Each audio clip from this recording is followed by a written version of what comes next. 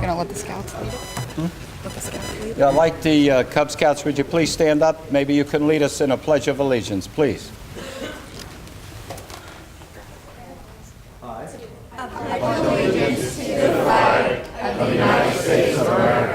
And to the republic for which it stands, one nation, under God, indivisible, with liberty and justice for all.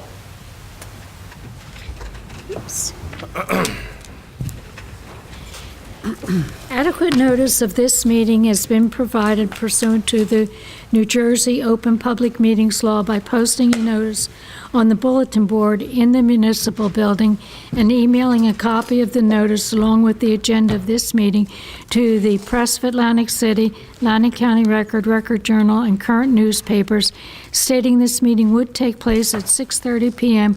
on Monday, March the 7th, 2016, in the municipal building, Mays Landing, New Jersey. Ms. Gatto? Here. Mr. Gishard? Present. Mr. Kurtz? Here.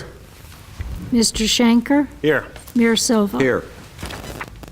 I'd like to take a moment of silence for private reflection.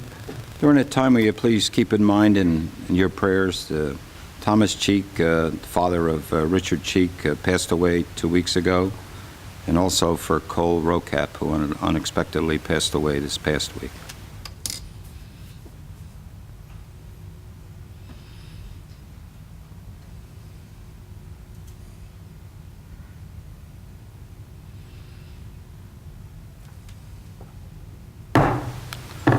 Okay, the first item on our agenda tonight is actually honor and remember the presentations to Anita Deck and Nicole Scribner. Ronnie, would you and Amy take care of that, please?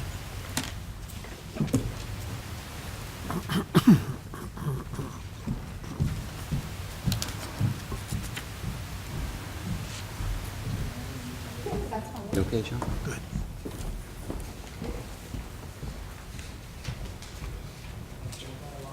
I think we want to invite Dominic, head of the VAB, and am I missing anybody else that's here? Okay. Should we put Nicole on the spot first? Yeah, why not? Nicole, come on up. So before we get started here, we're going to be recognizing two female veterans tonight, which is very exciting because they are our first two females to be honored as part of the Honor and Remember Our Veterans program. And we're also doing that as a part of our Women's History Month celebration. So it's really a great thing, very exciting for us to do here tonight. So you're center stage tonight, girl. Go ahead. Rodney, do you want to read, or you would be Vanna on this one? Either one, whatever. Okay. Make your choice. You be Vanna. I'll read. I know how good a Vanna I am.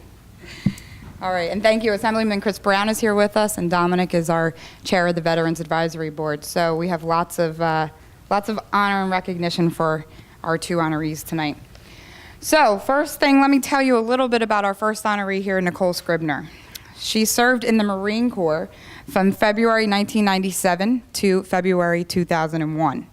She went to boot camp at the Marine Corps Recruit Depot in Parris Island, South Carolina, and then Camp Johnson in North Carolina.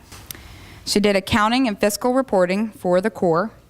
She received a Good Conduct Medal, Rifle Marksman, for the M16A2 service rifle. She was honorably discharged with the rank of E4 Corporal. After completing her service, Nicole obtained her bachelor's degree in accounting.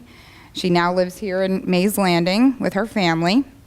She works as a freelance accountant and substitute teacher, volunteers in various local political functions, and was a member of the Township Veteran Advisory Board from 2013 to 2015, serving as a secretary and as the chairman during that time.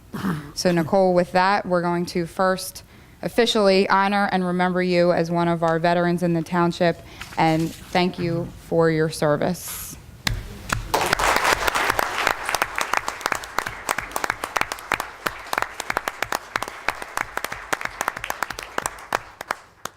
And I think I'm going to pin you. Is that okay? Sure. This is our official honor and remember pin. So shall I put it on your collar for you? Sure.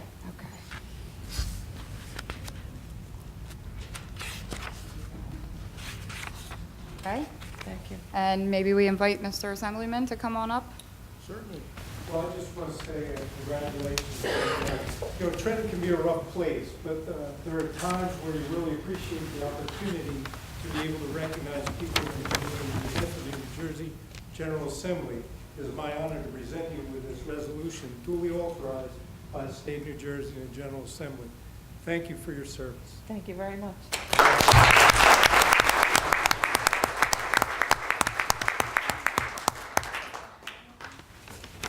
Nicole, did you want to say a few words or recognize any family who's here tonight? No, thank you. I love it. Oh, it's not usually this shy. I don't know what's going on, but we thank you so much for everything that you do. Thank you very much. All right.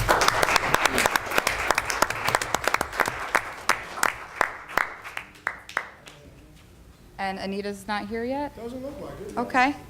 Okay. So we are going to be recognizing Anita Deck, but maybe if she shows up later in the meeting, we can go ahead and honor her. But Anita was a lieutenant colonel, so she's got quite a significant resume that should definitely make sure we give it the mic time it deserves. So we'll wait for Anita. All right. Thank you.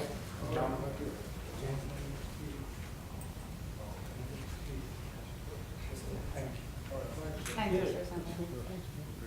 Okay. All right. Oh, no, we're good.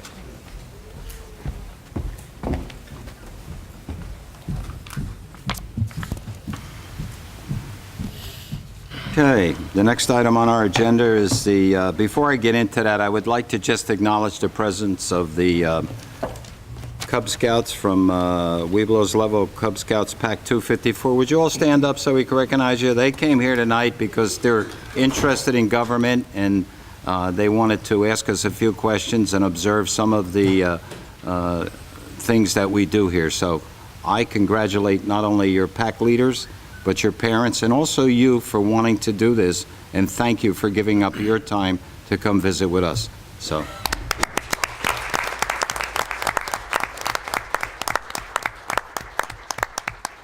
Mr. Silva, if I can also just recognize, we have a student here from St. Augustine Prep, as well as ACIT, who also came in earlier to, one, to learn more about our government, and the other to assist us with a project that we will be talking about at a later meeting. Good. Very good. Thank you guys for coming. Thank you. Thank you. Okay, at this time, we're going to make the presentation of our municipal and capital budgets. Michael, you got some, Public comments? no, not this time. We're just introducing you. No, I mean, people that want to say something for the meeting. Early public, Generally, I don't usually hold on It's- it. We just- early public comment is Yeah, after the early Oh, yeah. presentation. We'll do that afterwards. All right. It's on the It agenda. is on the agenda. Oh, I'm sorry, okay. Go ahead, Michael. It's my pleasure to be presenting a balanced budget. A budget that continues to build upon the strategic plan. Can everybody hear him? No. Yeah, you guys speak up. Don't make Joan yell at you. Nah, it's not. I'm not very- yelling at anybody on. this night. Sit down. You might have to go get the handheld, Mike. Yeah, go get the handheld.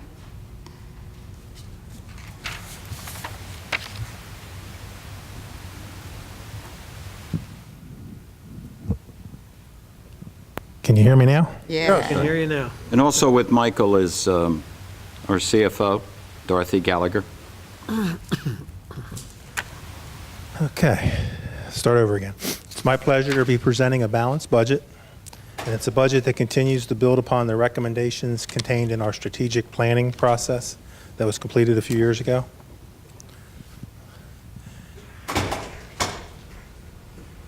Tonight, as part of this budget, we're going to be talking about the use of tax dollars, so we thought it was important to start off with a slide explaining that although the township collects all the tax dollars, that 53 cents out of each dollar goes to the boards of education, 18 cents goes to the county, and the part that we're going to talk about tonight is the 29 cents. So only 29 cents out of each dollar is used by the township to provide the services that we provide. So Tell them where the other two splits go, Mike. did. Oh, you did? You Yeah. told them? Okay. I think the other thing that's important to mention is the school boards get all 53 cents, regardless of how much we collect. Right. The county gets all 18 cents, regardless how much we collect. But if we only collect 98% of all of the taxes, our 18 cents is the one that gets impacted. So we only get 98% of that 29 cents. Go ahead, Mike. presentation, we're going to talk about some history and some comparisons, how the tax dollars are spent, some recommendations from our Finance Committee, budget overview, appropriations by category, revenues by category, and some best practices. This budget is $25,702,604.15. It's balanced. Obviously, it has to be balanced, but more importantly, it's balanced with reoccurring revenues being used for reoccurring appropriations. We do have a lot of one-time expenditures in this budget that are being funded with one-time revenues, but all reoccurring appropriations are being funded by reoccurring revenues, which is much more important than just hearing that the budget's balanced.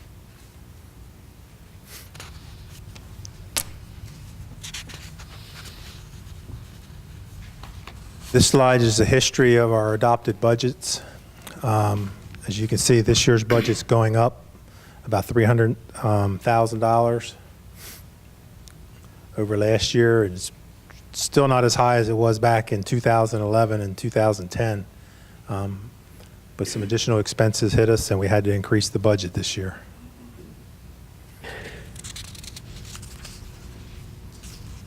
Excellent. The local tax revenue will be increasing $341,358.94. That's 1 penny and 4 tenths. So the tax rate, this proposed budget is going to go up 1 penny and 4 tenths.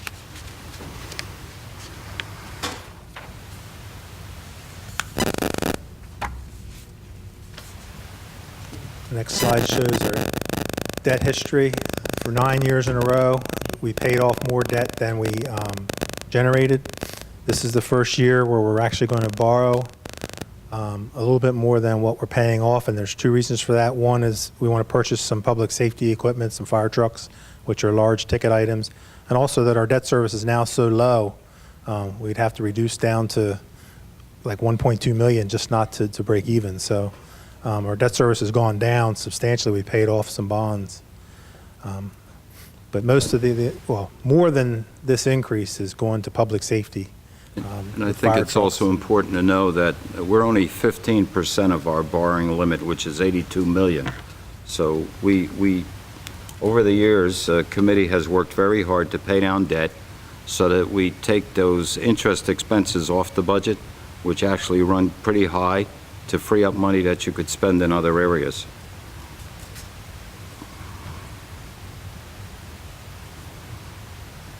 Full-time employees is a slide that we show to make sure that we don't have creep in our employee count. This is the first year in a number of years that we're actually going to increase one employee.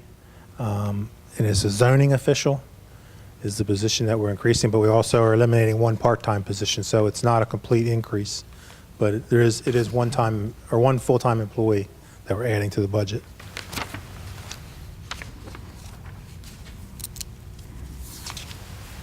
Next slide. This starts to explain, it's really by percentage, although it's in dollars, how much is the budget cost the average taxpayer. The average home is assessed at $160,701 and will pay $1,368 this year in township taxes. That's $26 higher than last year, so the increase represents the average taxpayer of $26. And we'll show you how that... Bless you.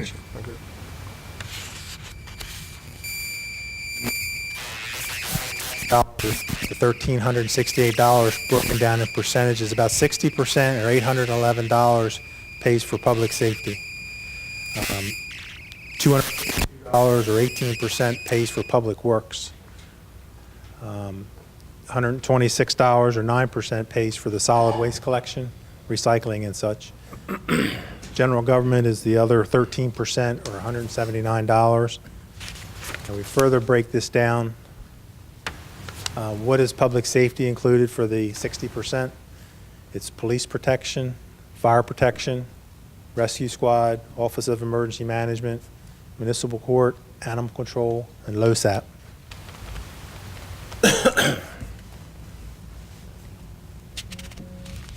Public works services include street maintenance, street lighting, snow removal, flood mitigation, stormwater maintenance, park maintenance, and everything else that doesn't fit into another department, Public Works does. They do a little bit of everything. Solid waste services includes garbage collection, landfill fees, recycling, and yard waste collection.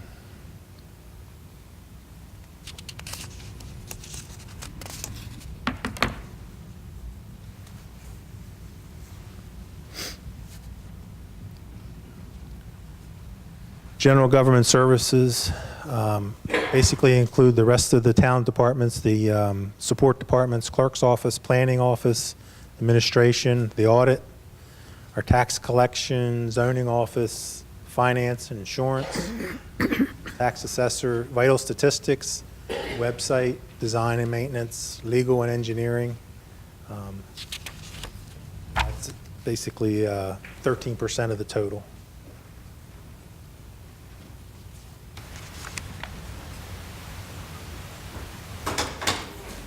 Now we're getting more into the meat of the budget. The operating surplus used in this year's budget is $2,820,700. $620,700 of that is being used for one-time expenses or appropriations, where $2.2 million is covered reoccurring because we can regenerate $2.2 million in surplus each year. We've increased that this year from 2.1 million to 2.2 million because the record we've had with our regeneration of surplus. Even though we're using 2.8 million, we still have over 2 million, just about $2 million remaining in surplus unused, which is pretty substantial compared to most municipalities.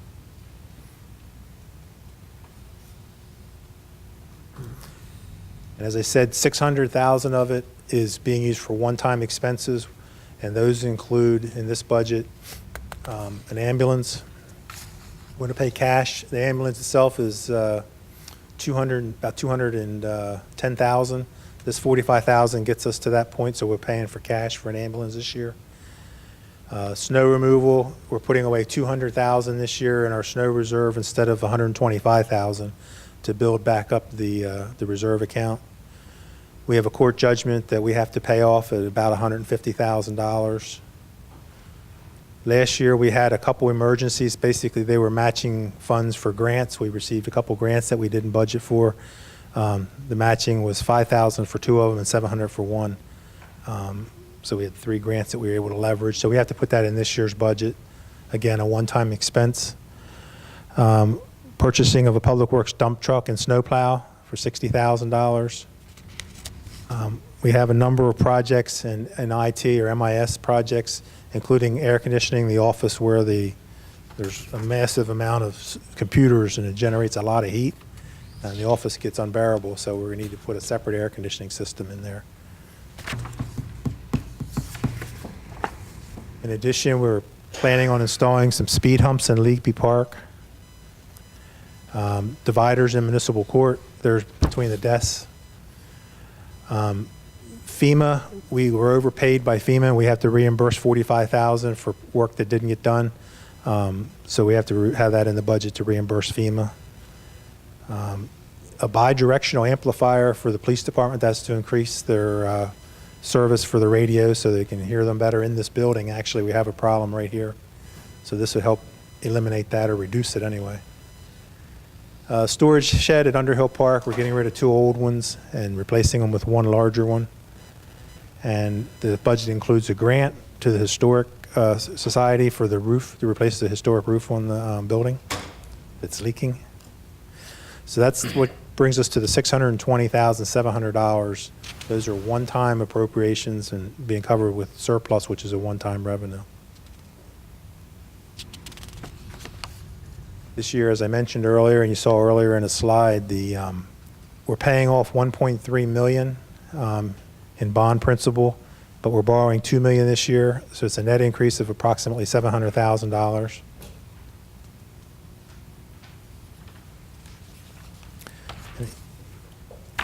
With that, we're spending $900,000 with a total of $1.3 million for 2 new fire trucks. But we have money in our budget as well, but $900,000 of the $2 million is for fire trucks.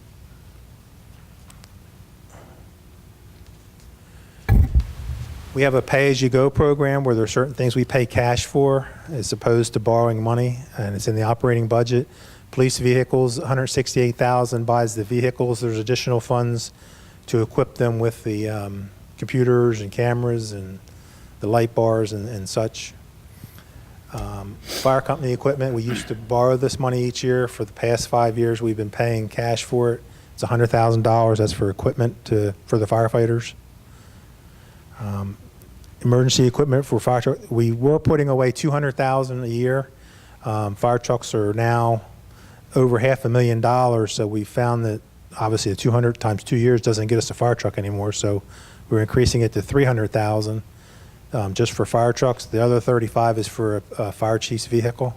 We're trying to buy one of them each year. So this year we're putting aside $335,000 in addition. This is in addition to the fire trucks that we're purchasing. This is for half of a fire truck.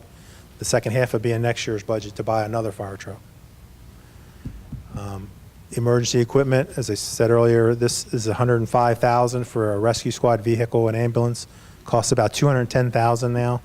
There were some statutory changes in some type of lift equipment that increased the price about $50,000 this year because they were $160,000. So we have to increase this to $105,000. We used to put away $80,000 so that we can buy an ambulance now and a fire truck every other year is our goal.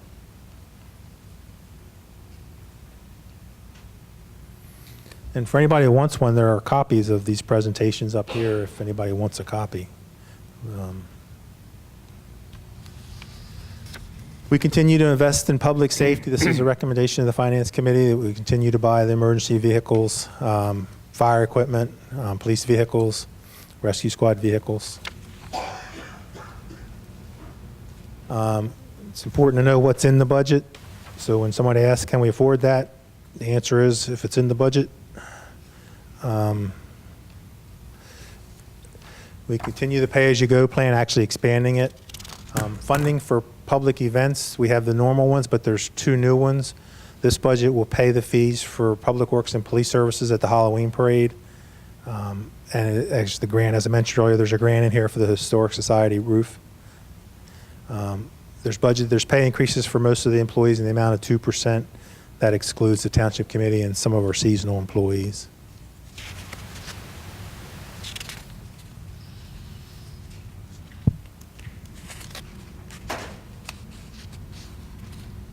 Also important to know is what's not in this budget. There's no structural deficit. There's no layoffs or furloughs required to fund the budget. There's no use of school tax deferral and no elimination of services in this year's budget.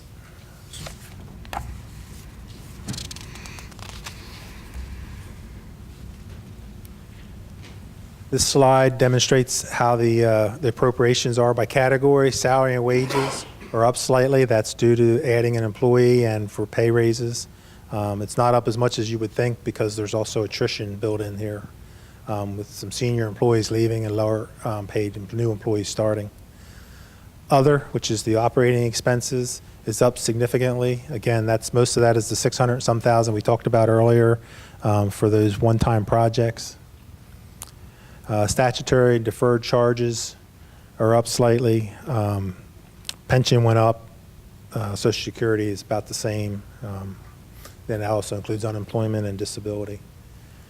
Grants, they appear to be down, but they are just lower in the start. There's one grant that did get cut, but we'll probably obtain several hundred thousand more on top of it during the course of the year that'll be put in with what, Chapter 159? 159s, yes.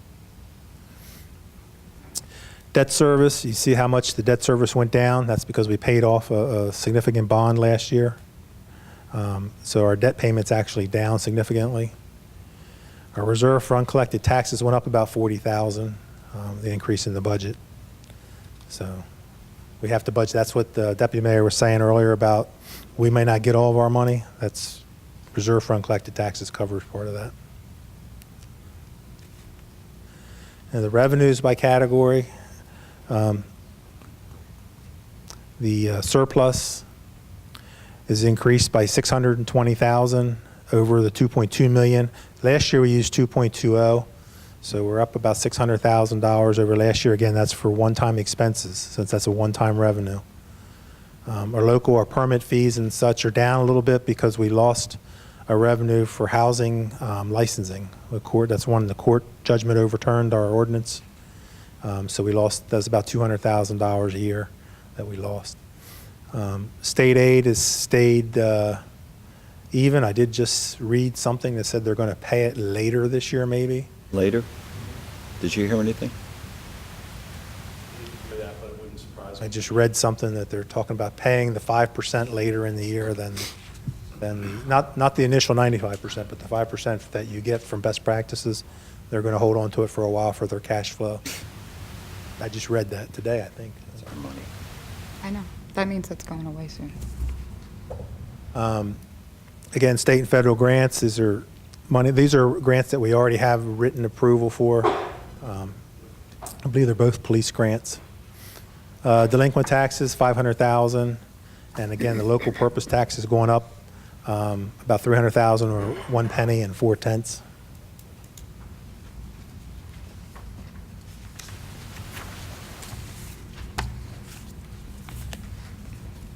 This slide is, by putting this slide in here, we get points for best practices. We have to project our appropriations out 2 more years. This shows negative, although a lot goes into that number. That it always shows negative because we're just showing the appropriations. We're not showing revenue increases or cost-saving measures. So although we may need an increase next year, it's way too early to tell. These are just projections, and that helps us get the last 5% of our state aid money.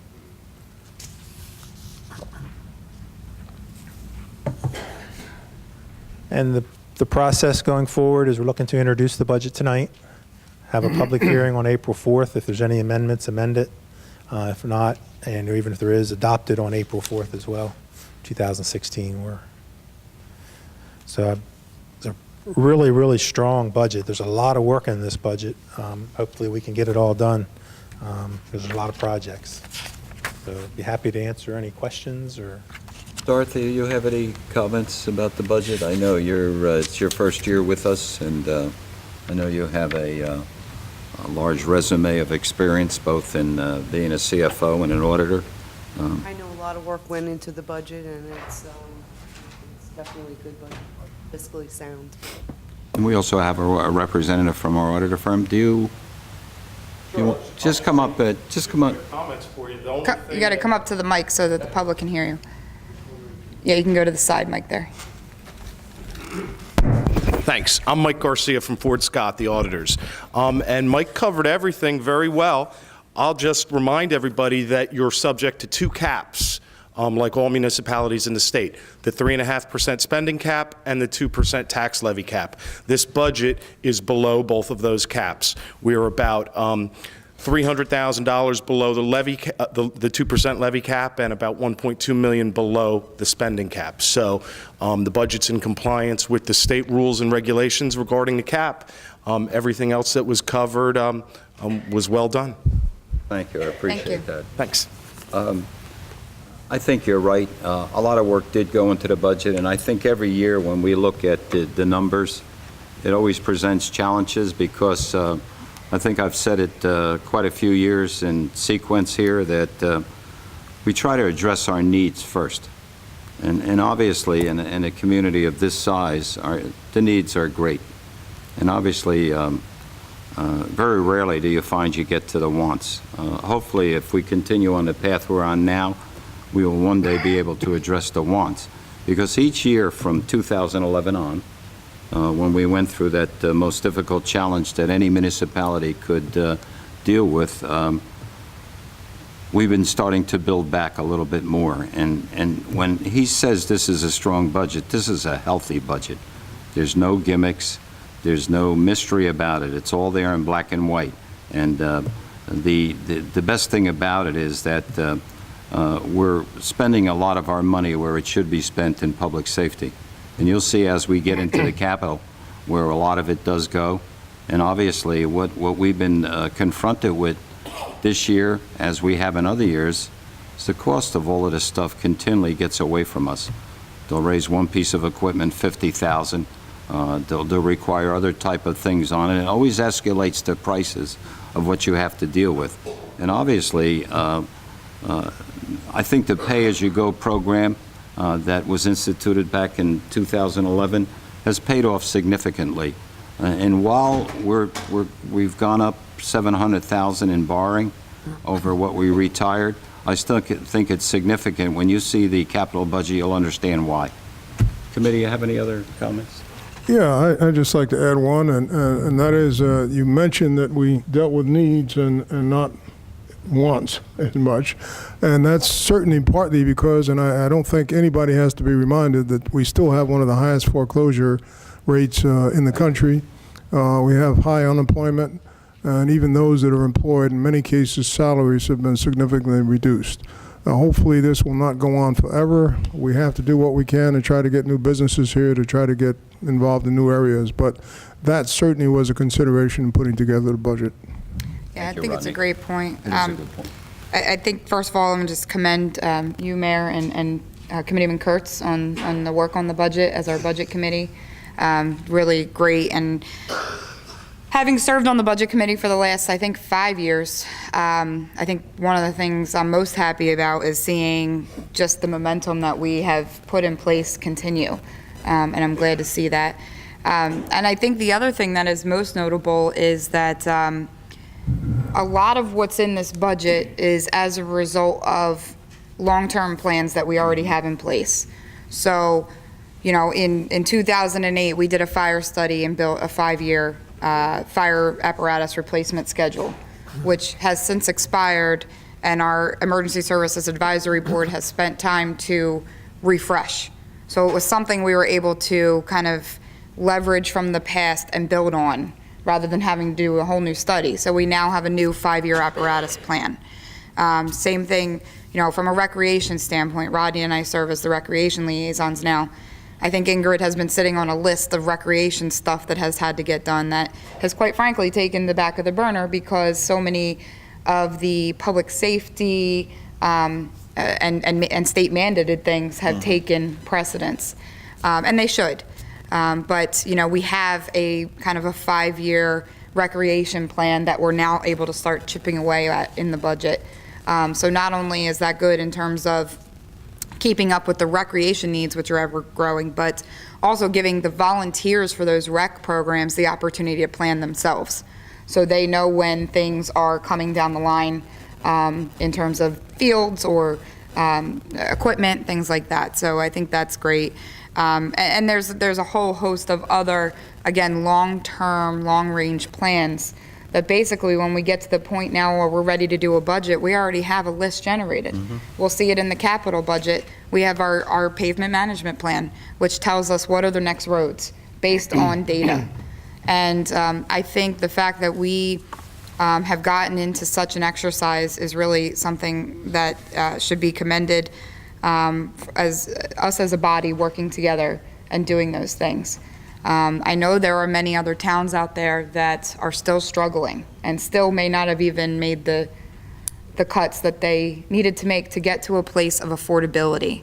And that was one of the things that our strategic planning process brought to the forefront was, what can we afford? And that's, I think, what we've kept you kept in mind as a budget committee in terms of what can we afford and what do we have to do.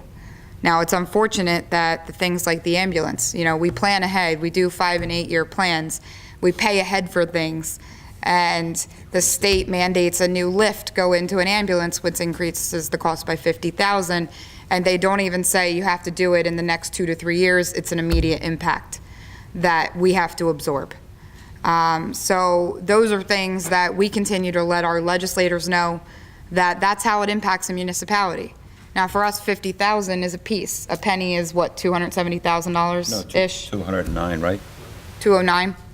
Another town, a penny might be $24,000. So that's 2 pennies on them if they're buying an ambulance this year. Right. So those are the things that impact us at the local level that, I really hope that we continue to just bring the attention to as the legislators up the line make policy, because it all comes back local.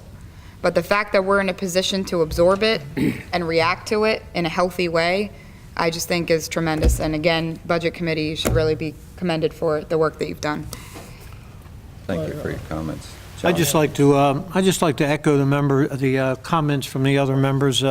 It was first year for me working on a budget. It was eye-opening, and we worked hard at it, and you can see the results by what was presented there tonight. I just want to also thank the other members of the Budget Committee and, of course, our CFO, our Administrator, Dorothy, for the great work they did on that, and we appreciate that a lot. Thanks. All right. Yeah, actually, I just want to say one thing. The most important page that I saw up there was the debt. $22 million not too many years ago, Right. now down 12, 13 million. I mean, anybody knows that runs a household, you got that kind of debt, you can't do anything else. You're drowning. Paying down the debt was the most important thing, and it started happening a few years ago with some of these people that are sitting up here today. You get to use terms like pay-as-you-go when you do that. You get to do smart things. You get to have money there to take care of problems that crop up, changes in legislation, things that are mandated by the state. And like Amy said, they don't care how you pay for it. They just mandate it. So not so many years ago, we were in a bad way, and we're not there now, and we are doing much, much better. It gives us a lot of opportunities to do a lot of things, especially our public safety, which in my opinion is our #1 priority here in this town, to make sure that everybody is taken care of when they have a problem. Go ahead. Yeah, I just wanted to mention, we certainly want to include in our thanks for putting together this budget, our department heads, because they are all consulted on, well, not consulted, they provide inputs. And their inputs have been rational, they've been very good. So that's certainly a big part of what we've been able to achieve. And also, I don't think we should neglect the fact that we save a lot of money because of the participation of volunteers in this community. Certainly one of the big areas that we save in is in fire, the fire. I mean, that could be a tremendous expense, which we don't have. But in addition to fire, we have so many volunteers: Planning Board, Industrial Commission, Zoning Board, the Veterans Advisory Board, the Green Team, and others, and various others. That's a big help to keeping the town going and keeping expenses down. So we should thank each other, thank these participants for that. And thanks, Rodney. I think as long as we can, if you just want to look at the budget, it's 43 pages here. If we were just put the budget up with a bunch of numbers, with all due respect to everybody, it's just numbers. I think once we got into doing the PowerPoint presentations 8-9 years ago, Amy, we felt that it was a lot more understandable, not only for everybody, but to see where your money is being spent, okay? Some people use a pie chart. The other good thing about it is when you realize it, many times people brag that we're the largest municipality in the state of New Jersey, but that's an awesome responsibility because geographically, the miles add up when you're trying to traverse them when you're responding to a call. The police department probably goes through a police car every 2 years, 125,000 miles in 2 years. Our fire departments, the number of calls they make. Our dispatch center, which is probably second to none in the area, handles roughly well over 24,000 911 calls a year. And they do it with such professionalism that they answer 99% of those calls within less than 10 seconds. So the services that are being provided, we appreciate. I think that the point was well taken that we can't put a dollar sign on our volunteers, because they're not only the heart, but they're the backbone of this community, and we need every one of them to continue doing what they do. I personally, as I look at the budget, you always wrestle with numbers, and many of us know. The most frightening thing about it that Rodney mentioned before is, I don't know if many open up the press today, there were 16 pages of sheriff sales. And that's been going on week after week, month after month. And I think that's one of the few things that keeps the press alive, all those ads in there. Because if you look at the cost of them, not only do you see it on a Monday, now you're starting to see 4 or 5 pages on a Wednesday, and maybe another page or 2 on a Thursday. So if we can continue to sustain our community, especially being in the middle as the county seat and also the crossroads of the county, I think we're a lot better off looking forward. And I think the way that we spend your money, and that's what we are, the custodians of your money, because you are the taxpayers, I think in the long run we all will be better off. At that point now, what do we need? A resolution to just introduce this? Yes. I'll make that motion to introduce. Second? No, we're going to wait till public portion, sir, okay? You can, I'll allow it after we go through another phase on here, okay? All right, and I'll entertain your question. See, right now, this is just an introduction, because what'll happen later on, the public hearing will be on April the 4th, because we have to wait 29 days, I believe, before you can pass the budget, right? 29 days, okay? I'll entertain your question after we get through some of this, okay? Is that all right, sir? Thank you. All right, Mr. Kurtz made a motion. Have a motion? Do I have a second? Second. Motion is second. Questions or comments? Voice call, Joan. Ms. Gatto? Yes. Mr. Gouchard? Yes. Mr. Kurtz? Yes. Mr. Schenker? Yes. And Mayor Silva? Yes, All yes and carried. thank you. Mike, do you want to do the capital budget? And then I'll get to you, sir. You're welcome.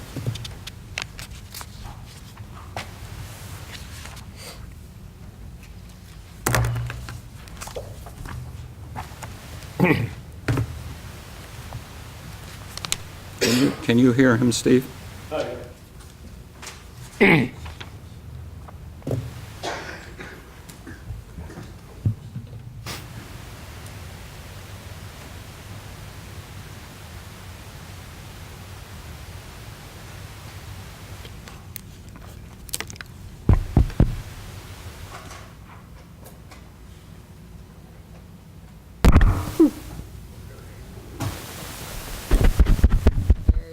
Thank you, Steve. Thank you, sir. Good thing the IT guy was here tonight. Rescue. Thanks, Steve. Now, for sure, your office will get air conditioned. Yeah, yeah, they will leave the air conditioning in.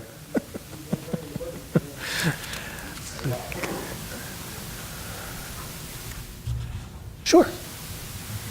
Go ahead. Are there copies of the capital budget up here too, Mike? Yes, there's, So there's capital, the next presentation is also up here too. okay, the 2016 capital budget. First, just explain why does the township have a capital budget? It's to provide a funding source for new purchases and/or make improvements to existing assets that has a useful life of 5 years or more. You can't borrow money for with a bond. You can only, larger trucks you can, SUVs you can, buildings, fire trucks, things like that you can. But they have to have a useful life of 5 years or more as defined by the state. This year's capital budget, will this year's capital budget increase the town's total debt? The answer this year is yes. We're going to borrow $2 million, and we'll show you very soon in this presentation how we're going to spend it. But we'll be retiring only 1.3 in debt. So it's about a $700,000 increase in our debt. First project is the fire trucks. We're proposing to buy 2 fire trucks. The cost to be about $1.3 million. $900,000 would come out of this bond ordinance. The other $300,000 to $400,000 will come out of money that we set aside in prior years under pay-as-you-go. So the total cost of about $1.3 million is what we're budgeting.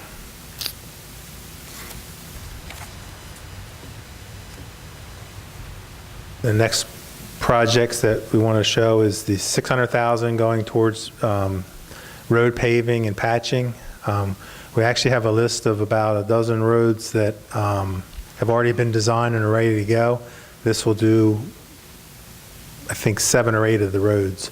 So it's $600,000. Again, the exact road selections aren't part of this process, but we are going to choose from that list. And I think, Mike, the point that you're making is the streets that got put off up in Mitzvah this past year to do Park Road, we're going right back in there. We're going to do those streets up there this year. Yes, that's Okay. that's proposed. Yes. We're setting aside another $150,000 towards the maintenance and upgrades to the dam. We don't know where this project will end. Progress has been made recently, but we have the improvements that we know that still have to be done as far as design, engineering, and actual improvements to the sluice gates. So this is another $150,000. We'll have about $500,000 set aside for the dam itself with this money.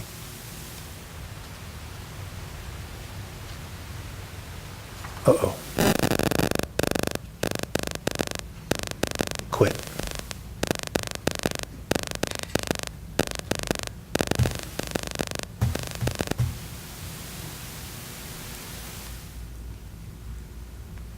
The IT guy again, though. Steve. It just up and quit. There you go. I'll let you get part of the way here first. Did it just go one? Okay, yeah. Okay. We had a 2-year project of $175,000. Last year, the bond ordinance included $100,000. This year includes an additional $75,000. This is to upgrade the radio systems in our fire departments. And there's 5 fire departments.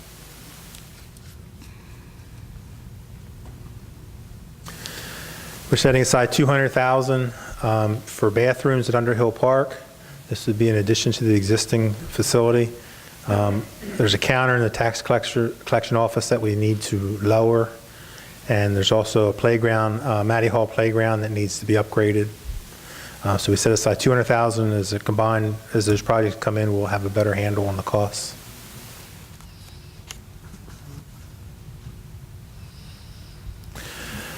We want to continue our program of electronic signs. We've installed one at the Mays Landing part of town down at the point, Gaskell Point. One, the bid's been awarded. They're actually pulling the building permits now for Laureldale Firehouse. It'll be right in front of the firehouse on Route 50. And the next one would be going out at Weymouth Fire Department on the Pike 322. So this is just a contribution to that. They cost around $30,000 to $35,000 depending on the design. And the plan, Mike, will be the year after we'll put one up in Mitzvah, right? Somewhere in the Mitzvah area. Right. Yes. We also have a drainage pipe under River Road that is collapsing. The road's settling. We need to replace that pipe. So this is for design, permitting, and some contribution towards the actual replacement. We don't know what that'll be. It's a pretty deep pipe, but we don't know what the cost yet is, as we haven't gone out to bid. And that's the list of projects. It's pretty short. Fire trucks, road paving, expenses towards the dam, second part of a program for radios, bathroom, counter, and playground, electronic sign, and a drainage system. Totals $2 million. The actual operating budget has $100,000, which is required by law that we put up 5% in our operating budget. So there's $100,000 in there, so it's consistent with that. That's the program. I'd be happy to answer questions, but as you can see, most of this is public safety investment. Committee? Well, yeah, just from a public safety perspective, serving on the committee with the mayor, one of the reasons we decided to do 2 fire trucks this year was to kind of play catch up. As I think the administrator mentioned, We had been planning to purchase half a fire truck kind of in every year's budget, but as the cost for fire trucks have gone up, we really weren't keeping up with that replacement schedule. So you saw in the operating budget, we've updated that down payment Right. per fire truck, but we really needed to catch up on our replacement schedule so that we stay on par with our plan. So that's why you see 2 fire trucks. It is a big ticket item, but that's why it's there. And just to mention also, the electronic sign is part of a multi-year plan that we had as well for ensuring communication around our township. We started the initial one, and it got great feedback, and we got a lot of comments back from the public that when events going on throughout town, whether they are fun or they are emergent or catastrophic in some way, sometimes it's very hard for us to get the word out there.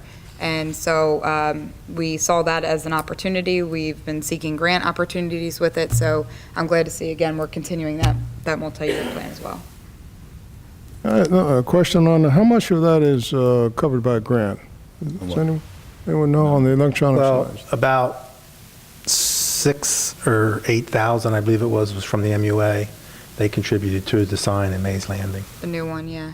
But we've been pursuing like Amber Alert type grants.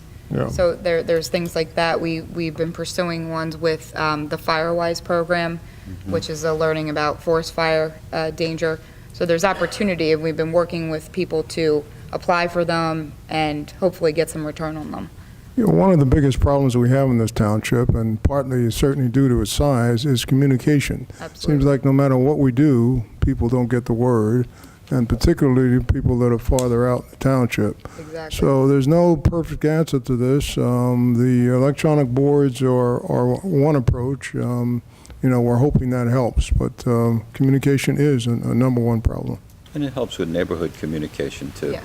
When they want to publicize the nonprofit events, you know, that work. And because not everybody, from what I understand, has the availability of being able to review these meetings on cable. I think, is there some areas that it doesn't reach out to? But hopefully we'll be able to get around that one day. And some don't have the money because that cable is not cheap. Tell me about it. The other thing, several meetings ago, I guess we approved the installation of an emergency generator for this building. Yeah. And part of the cost of that came on a grant. I think the entire cost for that was somewhere, what was it, $397,000? And I think our grant was 100 and some odd thousand on that, 170 or 80. But 90, yeah. the advantage of having that is once it's completed, and it's just about completed now, if we ever get hit with something like a Sandy or a Derecho where power goes out, it'll power this entire building, both sides. It'll power our dispatch center, the police department, it'll power the offices here, and also be a place that could be utilized in the event that we had to bring different people from the public in here that have the significant challenges, the handicapped, the ones that really need to have the availability of electrical outlets to charge things, and I think that's another significant advantage of it. I think the point that Mike made earlier about being able to utilize our surplus to the amount that we did, and I believe the auditor could confirm this, we're able to do that because it's for one-time revenue, for one-time expenditure, right? Some of the surplus, correct? And I think, but you know, you'll sit out there and say, well, does that leave us with any surplus? Yes, it does. We wouldn't strip this town out of surplus. The way things happen, we still have a relatively comfortable amount of surplus there that we'll hopefully don't have to use, but it's there in the event that some sort of an emergency comes up and we'll be able to deal with it. John, anything?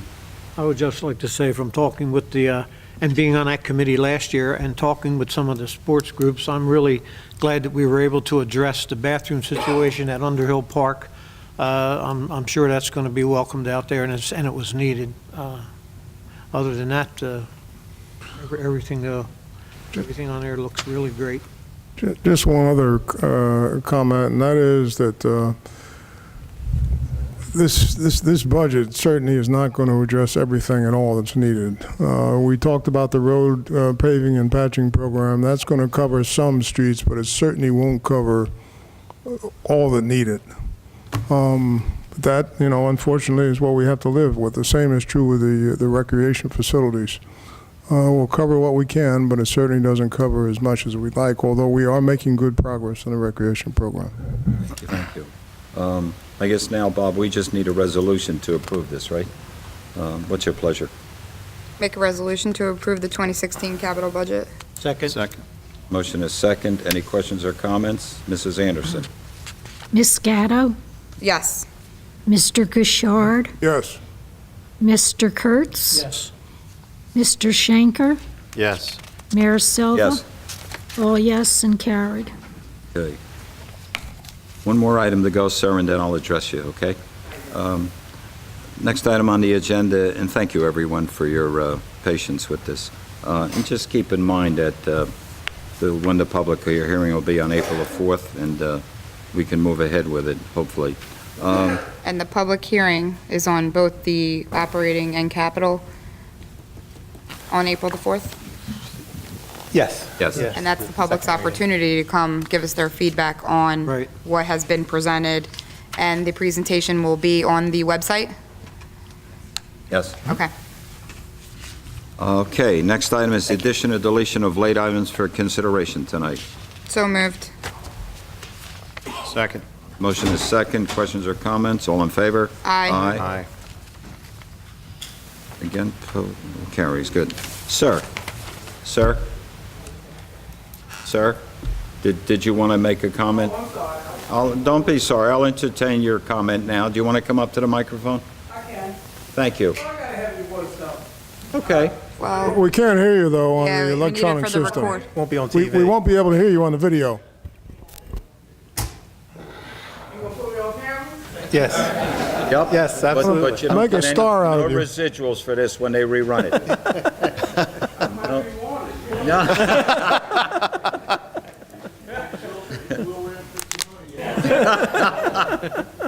Sorry to make you walk up here, sir. And our camera's special, it doesn't add 10 pounds. Yeah, Just identify yourself, that's sir. what. Yeah, my name is Jones from MISPA. I just, I want to say I am guilty of not being more involved in the township committee meetings. I think the last time I was at township meeting, Mrs. Anderson was still working here. She is. It still is.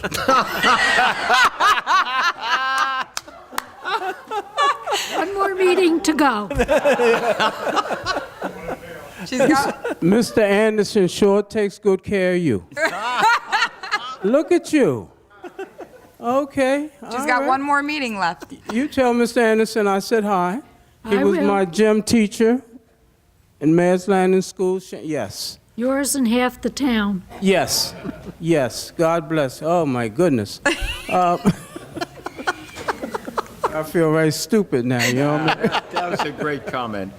I jotted down something, and I wasn't quite sure. It said, no. What did I write? No, yeah, no money? Yeah. Okay. Of services, yeah. Yeah, it said no elimination of services in that budget. And I was just wondering, was that MISPA Community Center, was that considered one of the services? Because I understand that was cut. No, look. That wasn't considered Let a me ser- just say this to you. Go ahead. Several years back, Reverend Rozier and the group, the property was deeded over to them for $1. So they ran it with a series of grants. Now, I know there's members in the audience tonight that were here at our last meeting, and earlier in the meeting, I reached over to Kim and I said, we have to get together, and I think part of what you brought to mind is where can we go with this down the road, okay? So I think what we need to do is sit down with Kim, Mike, myself, and another committee person, and just see what's available and what direction we can help you go in order to maintain what you have there. I know that building was dedicated to Mr. Lundy years ago. We were there, Amy and I, and I think it would be a travesty if the building were completely not utilized, because it Right. has such a value, not only in that area, but in the community at large. So, Kim, we'll get with you. We're gonna have that meeting, and then we'll do it, okay? And I know Dwight will start praying for us to make sure that we make some good decisions, right, Dwight? Now, why was that deeded over for $1? Why? $1. I mean, why? Well, What it's happened? because it was the way they wanted it. It was At the time, that's they what they took it wanted. over Who completely. wanted that? Yes.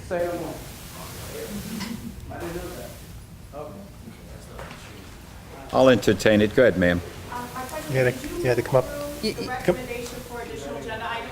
to come up to the what? Well, we addition or deletion Yes. that are here that we said yes. So can we put on an additional agenda item now? No, no. No. No, but you can talk. When I open it up to the public later, if you want to bring it up, I'll allow you to. You'll have your opportunity then, okay? I'll recognize you, okay? I think just because there's some questions around process here, maybe we just kind of give some information here. So our agendas are built kind of a week in advance based on topics that have come up at either other committee meetings or things that have come in from various entities that we need to address in a certain time. And then you'll see on the agenda, there's an item for early public comment on agenda items. So that would be, you could come, sign up, speak on anything before we start on the agenda. And then we have time at the end for public comments on anything we've discussed as well. So if you ever, have an appetite to discuss anything, that's how you could come on up and sign up. Or like we said, there's time at the end too. Okay. Those agendas are also published before the Yes. meetings. What we do is after our reports, we have an item called public comment. I'll recognize you first. How's that? Okay? All right. Next item on the agenda is, did we table DB? Installation and Well, maintenance? next item is early public comment. Early public comment on the agenda items not listed for public hearing. Was there Mike. anybody, Mike? I apologize. No one has signed up. Okay. Okay. All right.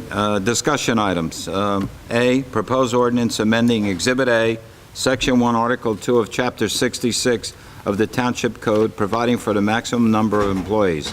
It will be 18/16/2016 if introduced. Mike? Yes, sir. This ordinance does a number of things. It creates a position of exemption and abatement officer, which is a part-time position to administer the tax abatement and exemption program that we put in process. It also hires the full-time zoning official. In addition, since we're hiring a full-time one, we're going to move the part-time one back over to code enforcement. So it does that. And it adds the electric subcode official, which is a position that we added a few meetings ago. We authorized advertising. We put that in here since we were updating the ordinance. It also combines the registrar to the responsibilities of the municipal clerk, so if approved. So, Okay. So just to kind of give some information with regard to zoning official. So this is a position that our community development department head has been kind of playing double duty on since our cuts in 2011.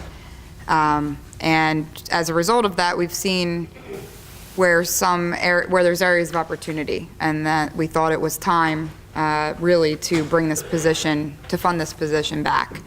And that is to not only help address one of our major priorities, which is around our blighted communities and making sure that we're bringing our neighborhoods back to really their full, zest of what they should be. So help there. But also, it helps businesses be able to come in and plan appropriately from a zoning and now a community planning perspective, where Phil can spend that full attention again. So in terms of our effort to become more business-friendly and really have that kind of customer service mind in doing whatever we can to help a business really thrive here in Hamilton Township, we will have that kind of infrastructure in full place now to really be able to do all of that. Right. And I think one other part of that is when our zoning board issues a list of conditions, on a property, we'll have someone actually that can oversee it to make sure that the conditions are met. Right. As far as resolutions? Yeah. Yeah. Correct. Okay. And it goes to show you, too, once we, back in 2011, we passed this ordinance, before we can add any new employees, we have to justify what we're doing, and we have to either amend the ordinance, because they just don't go out and hire people unless there's an established need and it's justified that we can pay for that in our budget. What's your pleasure? I make a motion to, do we have to introduce? Introduce it, right? Yeah, that proposed ordinance amending the exhibit listed. Second. The motion is second. Questions or comments? Let me get a voice call on that one, because we're changing it. Okay. Ms. Gatto? That's fine. Yes. Mr. Gishard? Yes. Mr. Kurtz? Yes. Mr. Schenker? Yes. Mayor Silva? All yes and carried. Thank you. The public hearing will be on March 21st. March 21st. Thank you. B, installation and maintenance of the bus shelter on county roads. I think Rodney wanted to talk about it as an update, so. Well, I just wanted to provide an update. The progress that we had anticipated hasn't been made on it because the property management has not agreed to make a site available for the bus stop. So we have to go back and see whether the transit has the authority to get that, or we'll have to look at another location. This refers to a bus stop shelter that was requested, I don't know, probably 9 months ago now. And we took the steps to provide the shelter. We've advised the transit company. They've agreed to provide us with the shelter, but now we have to find a place where they can put it. And that's what we're working on. Just wanted to let you know it hasn't been forgotten. And we did. We said at the last meeting we would go out and inspect the various types of shelters, and Right. Rodney and I and Mike went out and looked at the one that has the mesh on it, but we didn't like the mesh because it's only a coating and it weathers, and once it weathers, the coating peels off and it starts to rust, and I don't see that as anything that would cause a lot of difficulties in maintenance. So if we get to the point where this thing does get approved, there's a number of pictures of other shelters that are much more what I call neighborhood friendly, in the sense that they have the glass on them and they have the appropriate stuff in there. So obviously we have to wait for what you were talking about, okay? And the mesh shelter also did not provide a protection from the wind. Nope. And from rain, so.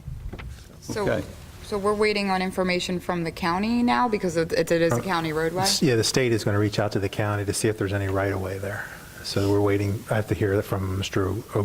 O'Gorman from New Jersey Transit. I'm waiting to hear from him. So we basically won't put it as an agenda item until we hear from them again? Yeah. We have to wait, yeah. Okay. Table it for now, is that what we're doing? We just tabled. We weren't gonna, It's reporting on the status. He just wanted a status report, which is good. Gotcha. So Okay. make a motion to table? I don't Second? know that we need to do that, do we? If we're not going to talk about it again until we hear new information, that's what we have to do. Okay, so I have a motion and a second. Any questions or comments? All in favor? Aye. Opposed? Motion carries. Okay, C, Veterans Advisory Board request for membership to the Mays Landing Merchant Association. This is basically the VAB wants to become a member so that they can basically get the spaces at the various events and activities that the merchants make the tables available for. That's right. There's a charge of, I think, what is it, $90 per event? Yet if you're a member of the Merchants Association, you don't have to pay the $90. So I think membership is, what is it, 168 or something? 125. 120. Well, the Veterans Advisory Board decided this was the best way to go, and the chairman has made that recommendation. Okay. Make the But I'd like to motion. move. So you made the motion, you want to second Oh, I'll it? second it then. Motion and a second. Questions or comments? Mrs. Anderson? Ms. Gatto? Yes. Mr. Gishard? Yes. Mr. Kurtz? Yes. Mr. Schenker? Yes. Mayor Silva? Yes. All yes and carried. Thank you. Okay, number 4, award of contract change orders. A, revised change order number 1 for the 2015 road program, a net decrease of $7,698.42. Always make an immediate motion for a decrease. So moved. Motion is second. Questions or comments? All those in favor? Aye. Aye. Opposed? Motion carries. B, award the reforestation plan contract, bid number 2016-1-A to Klein Construction Company, Inc., in the amount of $258,717, as recommended by the township engineer at the time, February the 24th, 2016. Make a motion since there was quite a variation in the bids. So this is definitely the Absolutely. lowest bid. I'll second it. Motion is second. Questions or comments? Mrs. Anderson? Ms. Gatto? Yes. Mr. Gishard? Yes. Mr. Kurtz? Yes. Mr. Schenker? Yes. Mayor Silva? Yes. All yes and carried. Item number 5, land sales. Authorize the public land sale of lot number 7 in block 864-01 on March the 24th, 2016, at 5 acres on Cypress Street, RD5 zoning, minimum bid $40,000. Make a motion? Second? Motion is second. Questions or comments? Mrs. Anderson? Ms. Gatto? Yes.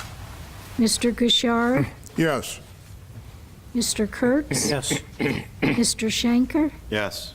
Mayor Silva? Yes. All yes and carried. Final ratification of contiguous owner sales. 1, block 100, lots 23, 24, and 25 to Laura and Paul Schwenker for $1,600. That was ordinance 1806-16. So moved. Second. Motion is second. Questions or comments? Let's have a vote on that. Ms. Gatto? Yes. Mr. Gishard? Yes. Mr. Kurtz? Yes. Mr. Schenker? Yes. Mayor Silva? Yes. All yes and carried. Thank you. Number 2, block 42, lot 5 to Sherry Thino for $2,150. It's ordinance number 1807-16. So moved. Second. Motion is second. Questions or comments? Vote, Mrs. Anderson. Ms. Gatto? Yes. Mr. Gishard? Yes. Mr. Kurtz? Yes. Mr. Schenker? Yes. Mayor Silva? Yes. All yes and carried. 6, maintenance guarantee releases. Authorize the release of $343,039.98 to Companion Property and Casualty Insurance Company, bond number 4697, effective April 15, 2016. It's the maintenance guarantee for the Leapy Track Recreation Complex Sports Field and site lighting project as recommended by the township engineer. So since we have so many of these, Mike, do you just want to quickly highlight what a maintenance guarantee is? It's you have a performance guarantee that guarantees that the improvement will be built according to design, and then before that is released, you put up a maintenance guarantee, which guarantees for... Developer puts up The developer puts up, yes, a maintenance guarantee to make sure that those improvements last a fixed period of time. And then once you reach that fixed period of time, you release it as long as everything's okay. Right, and we hold that money because if it's not okay and we need to do something, we use that money to do it. Correct. Okay. Okay, thank you. Make a motion on A.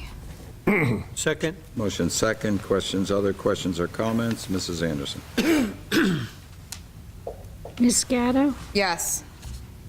Mr. Gishard? Yes. Mr. Kurtz? Yes. Mr. Schenker? Yes. Mayor Silva? Yes. All yes and carried. Thank you. B, authorize the release of $14,900 to Western Surety Company, bond number 714-85376, effective May the 6th, 2016. It's the maintenance guarantee for resurfacing Underhill Park Tennis Court, project number bid 2013-11, as recommended by the engineer. So moved. Second.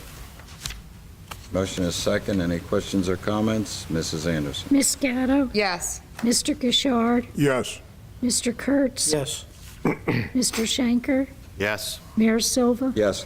All yes and carried. Thank you. Deny the release of $104,223.60 the Fidelity and Deposit Insurance Company of Maryland bond number, I won't read it all, it's there, maintenance guarantee for Walmart stormwater basin reconstruction due to uncompleted punch list items as recommended by the engineer.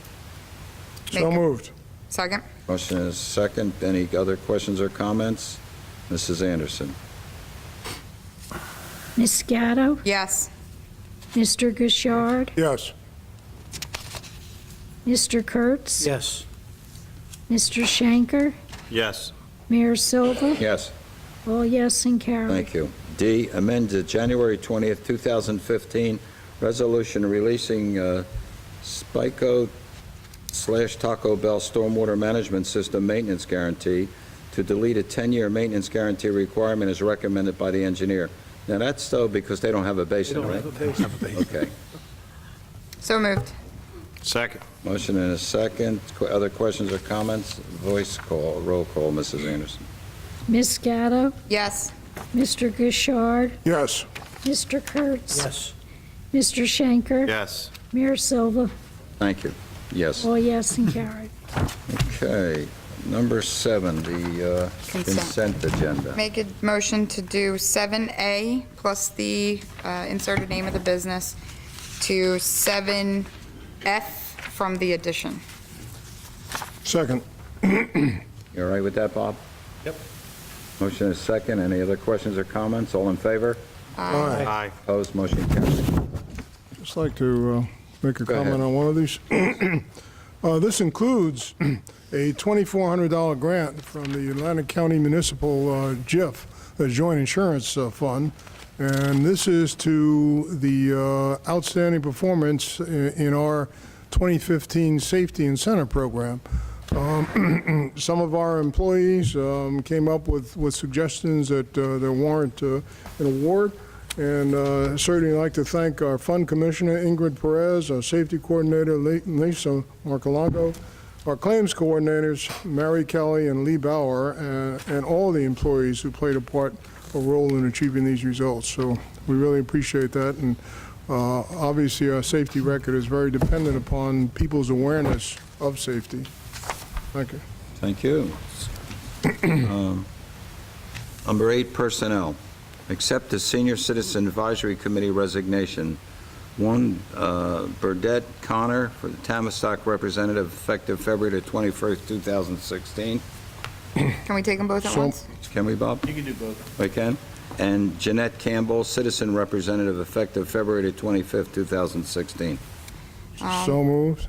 Second? A motion is second. Any questions or comments? Just, I just want to comment that they, at the meetings, both Burdette and Jeanette did a great job while they sat on the board, and I appreciate their service. Yeah, I I'd certainly understand like this to is due to some health concerns on Yes. both of them, so we wish them Correct. well and thank them certainly. Absolutely. Well, I can concur with that, and I have some recommendations for replacements. Well, first we have to motion and second. motion. Oh, I'm Second. sorry.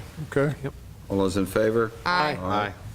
Motion carries. B, appointment to fill the Senior Citizen Advisory Committee vacancy for terms expiring December 31st. I know we can't, we're waiting on one from Tavistock. They haven't sent us one. Correct. Okay. So, Oh, that's right, there's one we can't fill. Well, we had 2 qualified candidates. It's Zahn and it's Welke. I'd like to nominate Zahn for consideration for this position. This person submitted the application last year, I believe it was in September. She has a bachelor's, a master's, 32 years of experience in teaching. She serves in the Hamilton Township Educational Foundation, and she seems like an excellent candidate. We're happy to have such a candidate to consider the position. So that would be my my motion, or my nomination, I guess.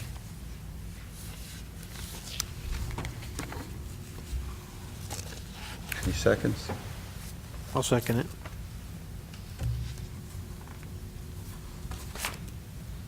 Motion is second. All those in favor? Aye. Aye. I'm going to vote no, because I was going to nominate Diane Welke. And I'm voting no also. So how many yeses do we Let's have? do a roll call to make it Do a roll call. clear. Ms. Gatto? No, only, again, because I was going to make a motion for Diane Welke. Mr. Gishard, Yes. Mr. Kurtz, Yes. and Mr. Shanker? No. No? No. Mayor Silva? No, because I was going to vote for Amy's nomination.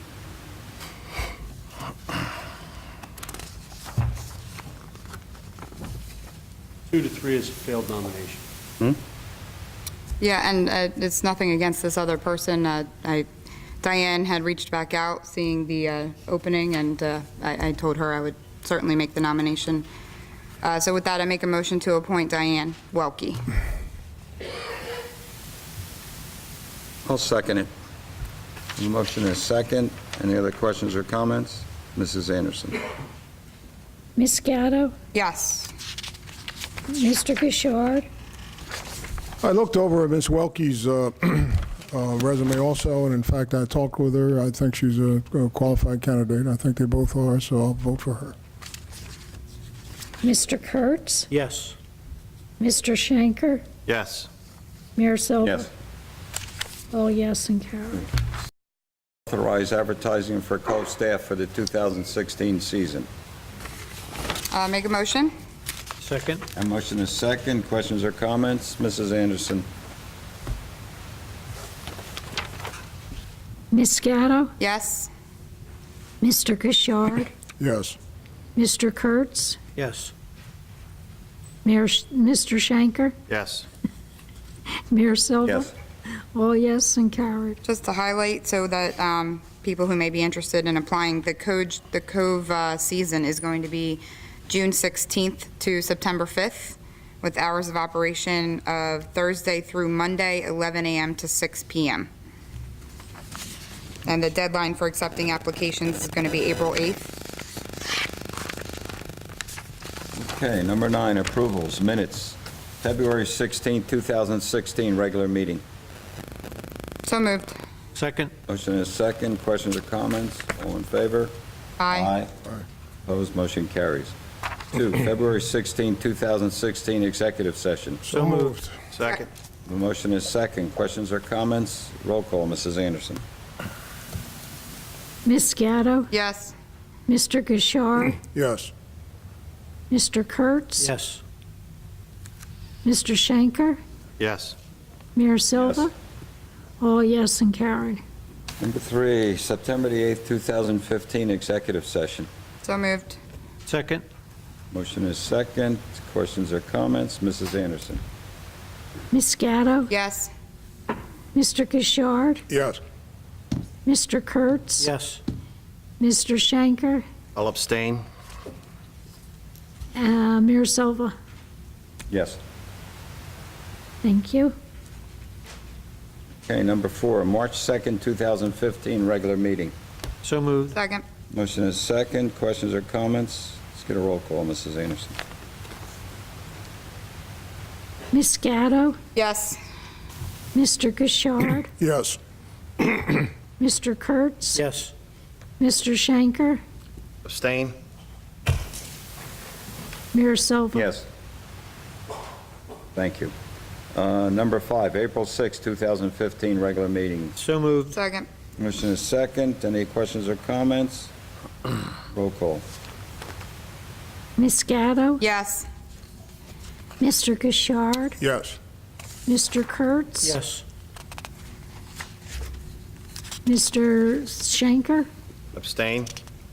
And Mayor Silva? Yes. Thank you. B, payroll and bills totaling $4,337,228.15. So moved. Second? Motion is second. Questions or comments? Roll call, Mrs. Anderson.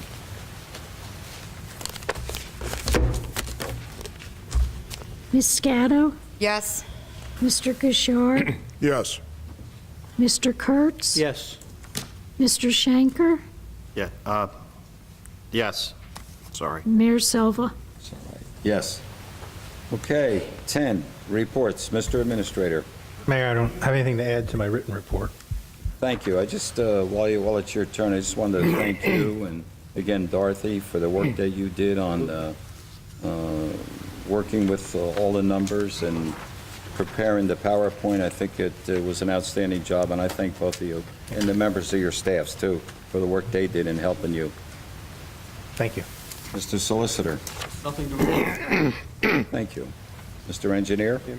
Mr. Mayor and committee, I have a report dated March 7th. I have 5 items. First is our inspections. I performed a number of inspections since the last committee meeting. First is I performed a certificate of occupancy inspection on Pine Creek Drive. This is for a single-family home located in the township. 2 other inspections, sidewalk inspection, apron inspections for the Lennar Home project on Darby Lane. I performed 2 tax map revisions. I processed 2 additional road opening permits from South Jersey Gas. And again, I just want to mention, as I did last meeting, that I have not been satisfied with the temporary patches that they've been performing, and I'm on them. I contacted their engineer, and you know, even though they're temporary, they need to be done proper. So I'm going to make sure they're done that way. And they've gotten the message from me loud and clear. I had a meeting with Brett Knoll, and this is the part of the job I really like. Brett and I sat down on Let's not give Brett, let's not let his head get too big over there. Brett obviously needs some help, and that's probably why he called me. He's asked me to get involved with 3 projects. First is writing specifications for the new emergency generator, a service contract, and a maintenance contract. I'll help him with those. It was in the capital budget. There's a pipe crossing on River Road that needs to be replaced. I've done an inspection on that, and I'm going to figure out the most cost-effective way to replace that, because I see there's a line item in the budget. I'll do my best to bring it in under that for the replacement of that pipe. Also, there's a salt storage building near the Public Works. I'm going to take a look at that and figure out how we could maybe do an expansion to that, provided, you know, there's budget, you know, effective budget numbers in for that. So I'll take a look at that. Brett also asked me to take a look at the stormwater basins that are in the town. He's showed me a list of all the stormwater basins that need to be maintained by the township, and we were able to eliminate one of the stormwater basins after checking with Phil Sartorio and the planning board office. One of them happened to be privately owned, so we relieved a little bit of work that Brett needs to do. Maybe he could concentrate on some other things in the township. So that's been a positive feedback. There was also, we looked at the concrete floor within the facility where he's located, and we gave Brett a recommendation, and hopefully could save him a little bit of money on that concrete floor. The last item I have is transition, and you notice Bob Smith's name is still on a lot of inspections and all. So I was asked, and I've been asked to, these requests for maintenance bond guarantee inspections start with me, and I've been making recommendations to let Bob Smith finish those where I feel that they're cost effective. Like the stormwater basin at Hamilton Mall had some minor punch list items. Rather than me put my time into getting up to speed and reviewing files and all, I immediately call Bob Smith. Bob and I talk about it, and if it's a minor item, we try to save township money, development money, and I've been sending everything over to Bob Smith if I find it to be a pretty routine. You know, he's finishing a lot of projects that he's been involved with for a long time, so Perfect. I'm trying to do my part to help with the budget there. We Thank appreciate it very much. One thing I would ask you, as tough as we are on basins, is there any way we can get to the state to do something about their basins? I mean, there's one in that turnaround going into the mall to the left. Was it designed to be a wet basin? I know most of them over there were drain type. Can we just see? And there's several of their basins that always maintain water, and I don't think they were intended to be that way. I will reach out for Department of Transportation and see what I could do about, you know, getting them, their maintenance department, their design engineering department. I'll see what I can do about getting them to repair those basins, fix them, renovate them. Just take a look at them. I know you're going to have fun, because we've had fun with other items that we tried to go through the Department of Transportation. Absolutely. I mean, it's taken for years now, but I'd appreciate that, okay? I will take care of that, Mayor. And the basin that the mayor's referencing there's going to be work being done on that road as part of the Benderson project on Volunteer Way when that comes out that way. So that's really a good basin to Okay. take a look at. There's Yeah. two basins now that I have in That mind. one and the one in front over of by the Hamilton Mall. steakhouse. Yeah. Right. And occasionally the one at the corner of Cologne and 40 holds it, but it seems to drain in a little more than 3 days, but we'll see, okay? I'll make that a priority, Mayor. Thank you. We are on, since you mentioned DOT and our buddies, March 11th this week is our one-year anniversary that our very simple request to have parking signs approved for Main Street to show where our parking on Main Street is, because it's a state roadway. We're still waiting in line. March 11, 1-year anniversary sitting in line. Wow. Just saying. They're busy. They're very busy, apparently. Busy. The email literally says, we have to wait our turn in line.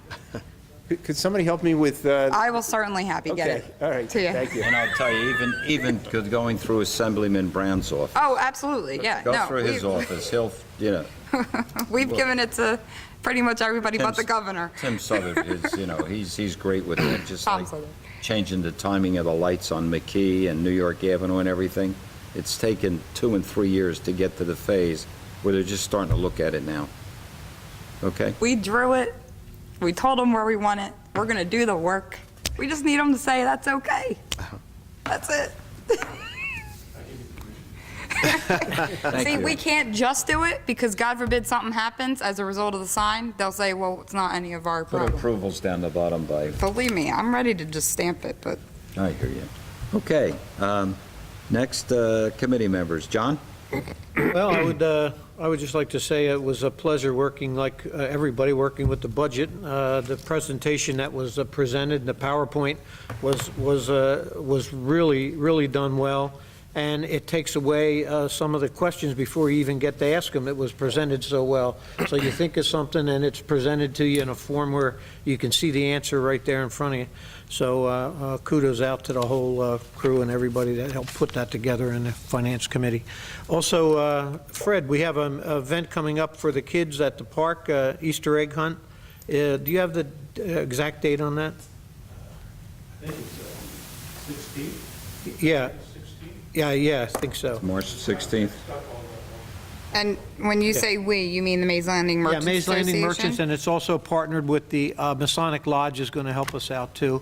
So it's, we did it last year. 19th, there you go, 19th. And the Masonic Lodge helped us out last year with it. It's a great event. There were a lot of kids showed up, and we were really thrilled about being able to do it again. So thank you, Fred, for helping putting that There's together. information on your Facebook page, too, on it. There's an event invite. Thanks, John. Thank you. Rodney? Yes, regarding the Easter egg hunt, I remember one year I had my grandkids here, and we participated, but as I recall, the Easter eggs were gone in maybe 3 minutes. Yes. So I don't know what we can do about that, but, and Purchasing another 1,000 eggs, but we'll need some more cans and some volunteers. And then part of that, I don't know how the small kids do, but I know when I had my own family Easter egg hunt, my older kids would grab all the eggs and the little ones would still be standing there. So I don't know what we do about that, if anything, but something to think about. Regarding the budget, I mentioned a number of people organizations that help keep our budget down, and there were a few that I just need to mention. One is the Senior Advisory Committee, which has been doing a fantastic job. Again, that's all volunteer. The recreation, the coaches and the recreation directors, they just do an absolute fantastic job. I don't know how much people realize how significant they are. First of all, there are hundreds of kids, over 1,000 kids, and what a significant part of their overall education that is, for numerous reasons. So we're very thankful to them. And I also want to mention community groups, such as the one here that's been working for years on the Inland Center. And I know that Kim and I know that others have worked for no pay, tirelessly for, I think it's years, investigating grants, investigating all kinds of ways to try to keep that facility going. So they're not here because they haven't tried hard, but they're another example of our community members that help keep our budget down and our community spirit up. Thank you. Thank you, Rodney. Art? I'd just like to commend everybody who was involved with the budget, from our administrator and all our department heads and the committee. You did a great job. It's a great budget. I liked how we are spreading things out. I am the president of my local union, and I deal with pension, health and welfare, money in the envelope. So we finally talked our members into spreading it out every time we get an allocation, instead of having to chase the rabbit, as I call it. You have to take care of everything. You can't take care of one thing one year and one thing another year. You end up chasing it, and you can't catch up. So the way the budget ended up, with money going to a lot of different areas, this is my first time sitting up here dealing with a budget, and I learned one thing. Fire trucks are expensive. My God. But needed nonetheless. So thank you very much to all of you that were involved. Thank you for your comments. Amy? Yeah, I just echo the same comments on the budget. Also, we didn't have a slide in there, continuation on what's not in the budget, and that would be the things that didn't get in the actual requests, and I know there's many. But as we said, we keep all that stuff on the list and ready and waiting for when we're able to do those things. I wanted to highlight on a couple of things that have been going on. Last Monday, we, in an interesting timing, we had a meeting scheduled with Carolyn Coburn, who is the founder of the Spread the Love Foundation, which is dedicated to creating a happy and healthy and safe environment for our kids and helping them develop communication skills, other life skills that help them navigate the waters of school these days and social media and things like that. And we all know what we've been faced with this week in town. It's been a very tough week, but the foundation certainly has a great objective, and what she's really looking for is to get our town involved, to really facilitate a conversation. And so we talked about it a little bit. I think Roger reached out to Fred at the Merchants Association. Yeah, we did. To be able to have Carolyn go address the merchants. As a speaker. Mhm. Yes, and I think what we want to potentially try to do is maybe get all of our organizations to one table, like the MLAA, like the merchants, like HYAA, like many that you had mentioned already, Rodney, in some of your volunteer comments. Just kind of get everybody at the table to say what can we do and how can we do it together, to really make sure that the youth in our community feel supported and feel loved and feel like they have safe places to go, people to talk to, people to support them. So, you know, with the merchants, maybe, you know, the businesses can put something in their window that say, we're here. You know, one of the other suggestion was maybe putting some more buddy benches around town rather than just at the schools. So I think there's a lot of things that we can do with the help of everybody coming together. Many hands make light work. So we'll continue to drive that conversation, hopefully within the next coming weeks. On a little bit of a lighter note, we also had the opportunity to visit the 177th Fighter Wing. And Roger and I went as the public safety liaisons. Chief Tapner went, Mike went, and each of our 5 volunteer fire department chiefs, with the exception of Jamie, because he was out on a call in Mitzvah. They invited us to come, and thanks to one of our residents who's an airman there, Airman Brown, reached out to me and asked if we'd be interested, and I think it was extremely interesting and insightful. They basically have a community mission, which is twofold. Number one, to just kind of let us know that they are there, and they are there to be part of our events, so things like hometown celebration and national night out, you know, other things that we do. They're there to be a presence and to come and assist in any way. We talked about getting them marching in the Halloween parade this year, Fred. And then the other side of it was showing us that the emergency equipment that they have available at the fire department there at the airport. And I think there was some really great dialogue with the firemen that were on scene there, with our fire chiefs, taking a look at the equipment, seeing the possibility for mutual aid on really specialty type of calls. Maybe it's equipment that we would probably never be able to afford in our entire lifetime, but the federal government was able to buy it, and it's really just up the road. So if we put it in our dispatch plan and our plans with our various fire departments, we'd be able to really take advantage of it. So I think we learned a lot. I think we took away a lot. I think they took away a lot.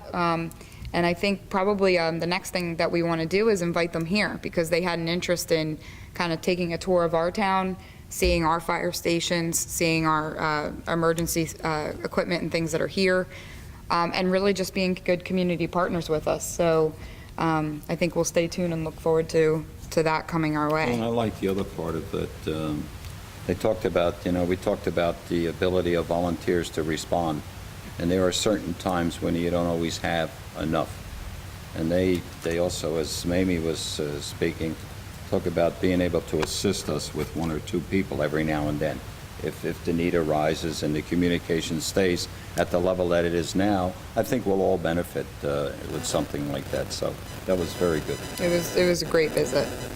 So If I just might add one thing, just so people are aware, the FAA Technical Center does a world-class job in coming up with ways to fight fires in airplanes. absolutely. This is world-class. I mean, we set standards, or the FAA sets standards that the whole world follows. And there have been many, many accidents where, amazingly, very few people have died, in some cases none, even when a fire broke out. Well, that has a lot to do with the work that goes on at the Tech Center. And of course, you talk about the equipment they can afford and we can't. When they have fires, you're talking about thousands of gallons of fuel. So absolutely. They've got to have some good stuff to fight those. And we're talking about F-16s, honestly. So we did see a smaller truck that they had that pumped out a serious amount of water without a lot of space. I really have no idea how it does it, but our firemen were actually very intrigued by it and thought it was actually a piece of apparatus that maybe we would benefit from having rather than some other things that we have. Oh, maybe they want it now. It has some application. Yeah, rather than buying one on our replacement schedule, thinking about that as kind of an out-of-the-box idea. So it's really great. Just going back to the March 11th anniversary on the signs, I bring it up because it does annoy me, but also we do have a new regional director in the governor's office that I did send it to, and he is hoping to help it, but I will send it to you. But pretty much anybody I come across that's in the state's offices, I give it to, because it annoys me so much. Just final word on Eagle Scouts, and I'm sure you're going to mention it, Mayor, but you can mention it. we went to, Roger and I attended the Eagle Scout Court of Honor. I think we were all invited for two of our scouts in the area. It was a wonderful ceremony on Sunday at the VFW Hall. They really did a really great job. I meant to bring the booklet with me because it highlighted the two scouts projects. The one in particular, Henry Lazitsky, who I have a personal relationship with. I've known him since he was in diapers. He actually did a historic tour of our downtown via podcast.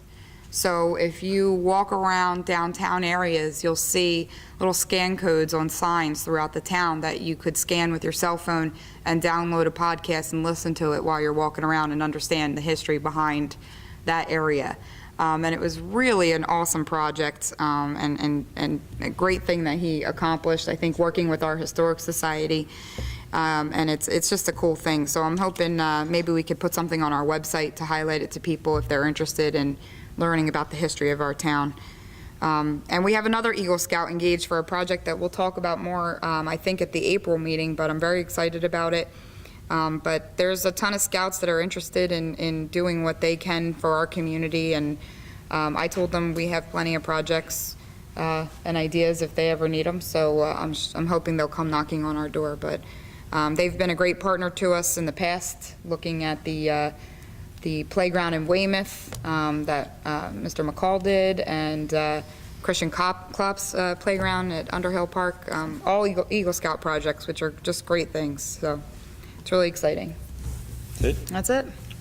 Probably most of you read if you got the current, you saw we had ethics training here on the 24th, and we're probably one of the few towns that puts that on. I know, Charlie, you wrote a good article about it, and I think it's important that people understand that what some people take for granted, we take very seriously. And it was a good program. He left out the legalese. He got to the nuts and bolts of it, and he sort of and that was Ed Sazdelli, who was our former administrator. Do we have that online? I don't know that it's online. Is it online? We'll have a CD. Mayor, sir, we can't put it online for public, but we do put it online For the employees? Okay, good. Thank you. The other thing I was fortunate to be able to attend, you saw tonight when they put up the picture of the dollar. We had a meeting with the Great Egg Harbor superintendent and the business administrator and several of the board members, along with the municipalities that are in that district, the Great Egg Harbor district. And it was a good exchange of conversation and information. I mean, there's a lot of information that never gets out from the school board meetings. And we did encourage them that night, John was there with me, to do what we do. Promulgate the information so people know where you're spending the money. I think the attitude has always been, when they have a problem, their answer is raise the taxes. It's got to be more than that today. People have to understand, for example, what it cost them for homeless children in the school district, what it cost them to send our children to the vocational school, because we pay for that and we pay for the transportation for that. These are all numbers that add up significantly over time. And I think if we got anywhere with them, I think we reached them to the point where they understand they have to do a better job at presenting their budget and getting the word out. Whether they use a graph, whether they put it up on a screen like we do, but it's more than just conversation that we're introducing a budget that's 50-some-odd million with no, other than if you want to sit down and try to read 60 or 70 pages, which for many of us may or may not make sense. So that was very significant. The other thing that I attended during the month was at the library, the Blind Commission came in because they introduced this LEAP program. And I was really impressed with it because it's a way for people whose vision is impaired or blind to start learning to communicate on a computer. I mean, the whole theme of this thing is information is liberation. And for people that suffer the impairment of loss of vision, I know when I went to college, I went through college 4 years with someone very close to me that was blind. And he had told me that he lost his vision when he was 13 years old to tumors. And it was extremely difficult to cope with things because in his mind, when someone talked about something, he had the mental visualization of what it was like. Whereas, you know, if you were blind from, let's say, birth, or there was something else that got you at that age, there's an opportunity now with computers and programs where they can work their way through it and they can start feeling and understand what it's like. I was very impressed with it. You had members of the Senior Advisory Committee there. Yep. And I think what they're trying to do is get trained in some of that so it would help, and it would help in the community.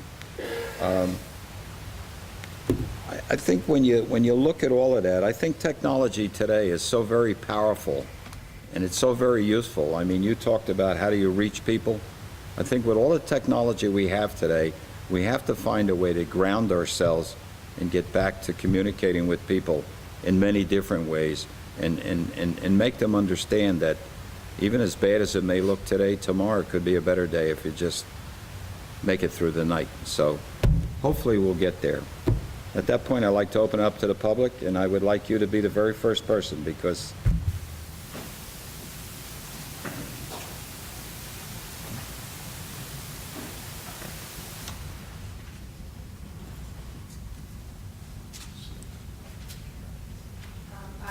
How you doing, everyone? My name is Dr. Nadia Casey, and I am a resident here and also a parent. I do have some information that I wanted to share. Good.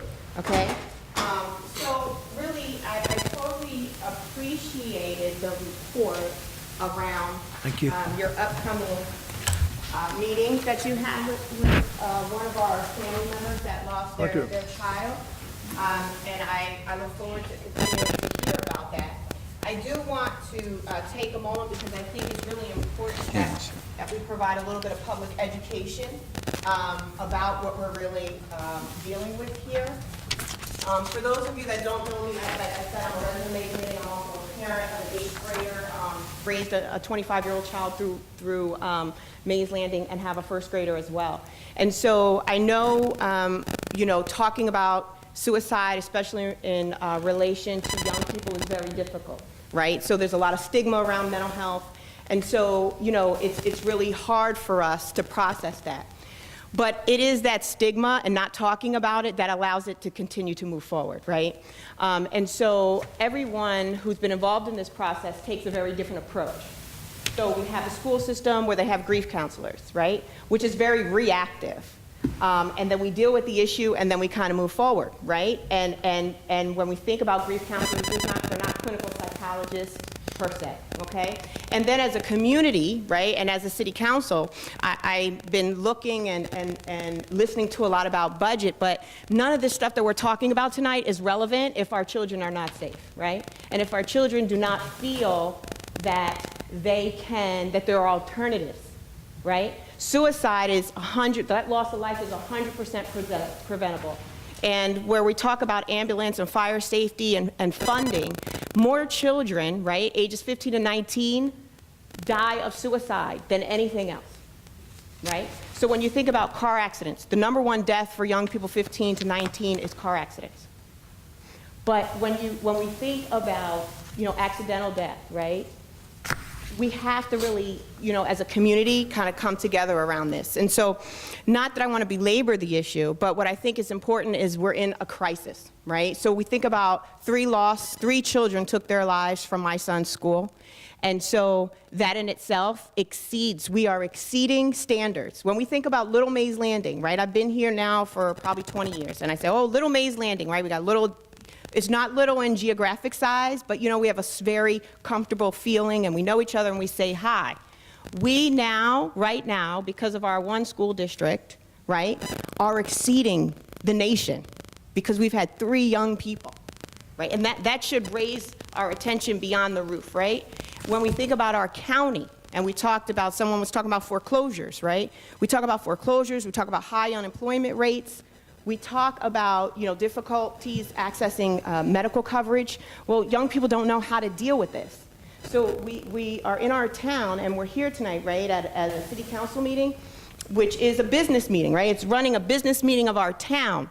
But, we as adults don't know how to deal with these issues, but we expect our young people to know how to deal with these issues. And so I just wanted to come because I'm not sure that we really understand, right, the impact. If we look at it from financial costs, so let's say we're not into mental health or we don't understand mental health. 1 loss of life, according to the CDC, right, by suicide costs us $1.16 million. 1, right? And so from whatever perspective that we take, it's important that we come out in front of it and we don't let stigma keep us held hostage. Communities that talk about it, right, are the communities that are healthier. And so I just kind of put it out here just to say that I'm here to be a partner, right? I want to be a partner. My organization wants to be a partner, and there are lots of pockets that are going around. I met with the same parent last night, and so what I want to say is that we think broadly and we think about it as a community issue, right? I don't want to say as opposed to, but being that the city and the mayor and the council are a part of a community movement, that we can get beyond the silos, like we don't want to talk to the Board of Ed, or we don't want to talk to this person, or this is our issue, this is a family issue, because it's really all of our issue. And the one thing that I want to just point out to make it relevant is just that when I look around this room, and I have been here before, it's so awesome to see it's more diverse tonight than it has been in previous times, right? Mays Landing has really gotten to be very, very, very diverse.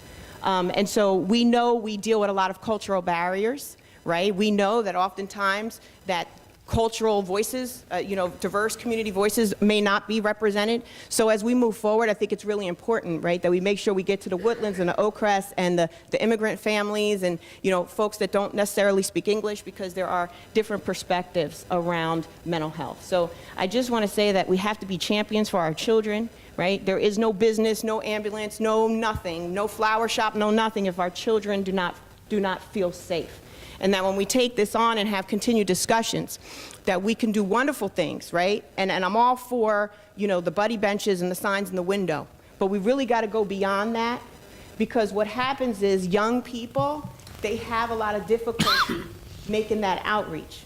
They really do. And data shows that, right? So we have to come up with a way to go to them and normalize the process, because for us as adults, it's really difficult for us to talk about it too. So I'm going to wrap up. I do have information that I think it's important that everybody, has some information. And there is a young member of Mays Landing that wrote a letter to the Board of Ed and the City Council, which I think it would be important to have Jessica Santiago read that letter on his behalf. So I'm going to ask Jessica to just come up. I was just about to ask if that wouldn't be appropriate, because it is such a moving letter.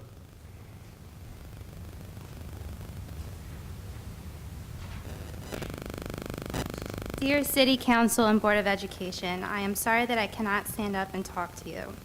I don't want to be upset in front of everyone. It's not cool to cry. I do want you to know that I care and everyone cares about my friends killing themselves. Adults aren't talking about it, but we are. We talk about it in school and text. My mom tried to talk to me about it, but I didn't want to talk to her because I was angry. But that's because she is my mom.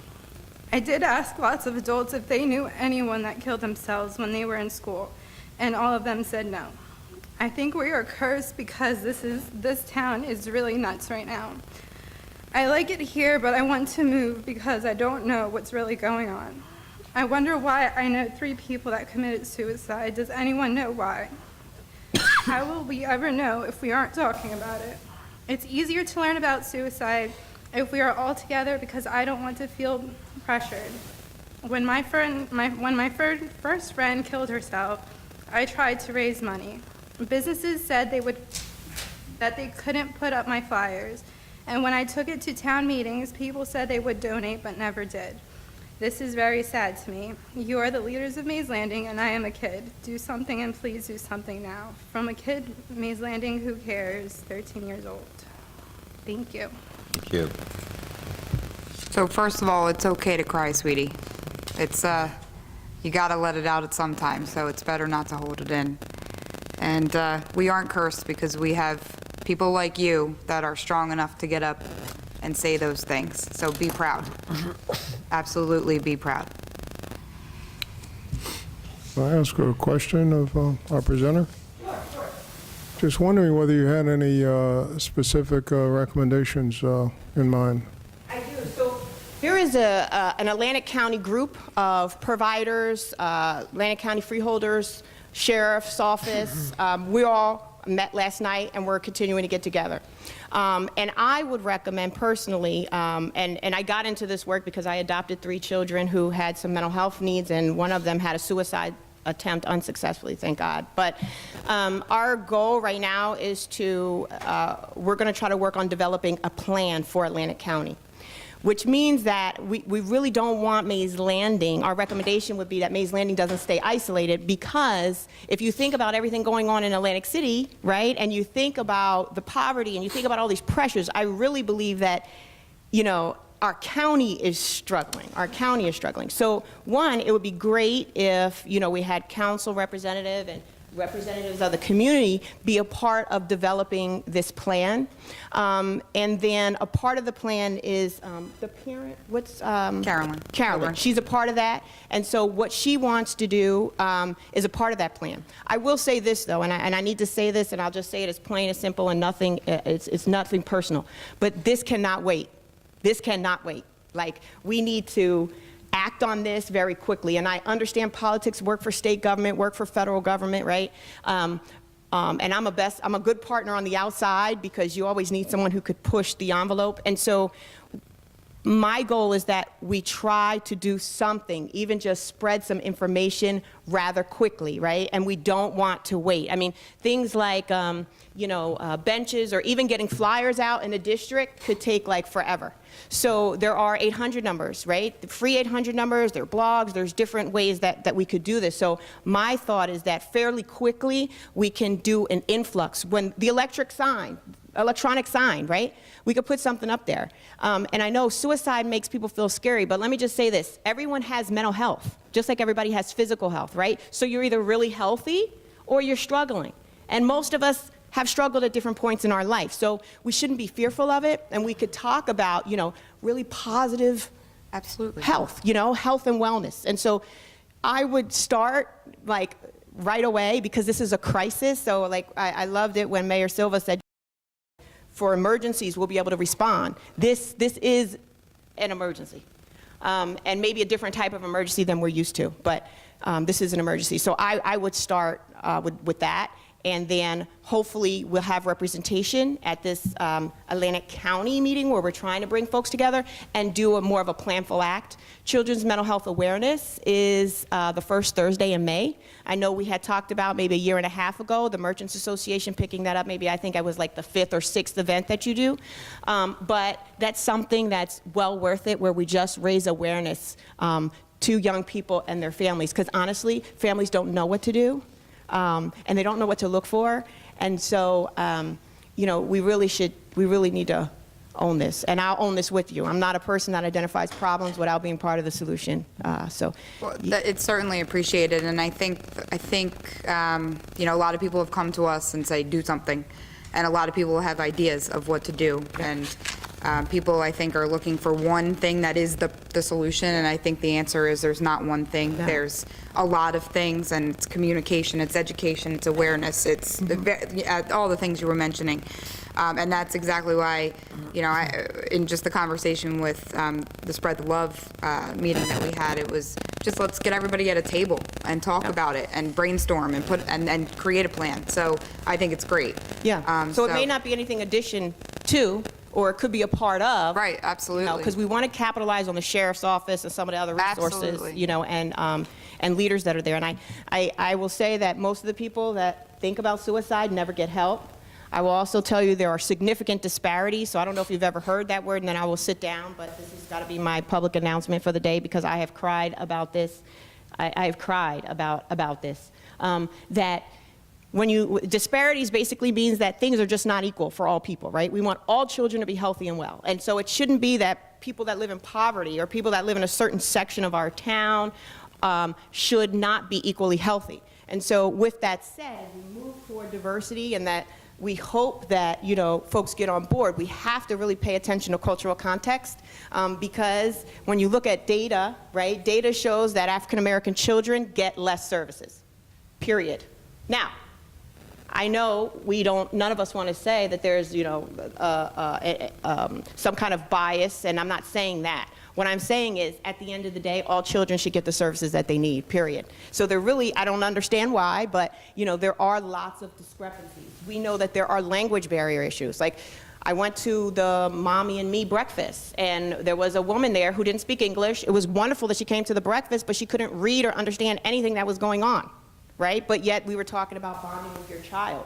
The deal is, right, we're all taxpayers, we're all invested in this issue, and so we have to do things like have things in Spanish, for people to read, because that is just, it's ethical, and as public servants, it's something that we have to do. This is like 2016, so I'm really pushing that we push the envelope a little bit, because as you could see, suicide is not, there is no discrimination beyond race or gender or age, so. Great. Are you going to hand those cards out? I'm going to hand you. I have my cards, right? Please call me, and please let me know what I can do to be of assistance. But I don't want to be a nuisance, but I will be here as a champion, and I am not going to let this issue go to rest, because my son is hurting, and so am I. So. Well, while you're handing, yes.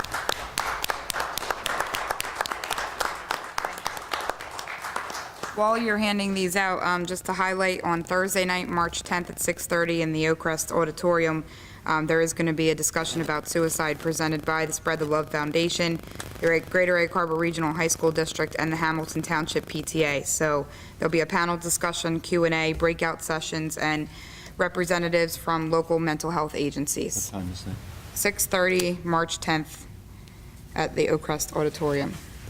It's on the SpreadTheLoveFoundation.com website and Facebook page. Okay, anyone else in the audience? Sure.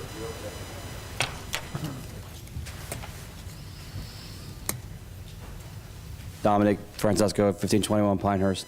Ma'am, what was your name again? Nadia. I just want to add this footnote to what you're saying. If you're looking for help when it comes to this, and I'm sure Mr. Melton can agree with me, on the military side, we've had a major influx of suicides.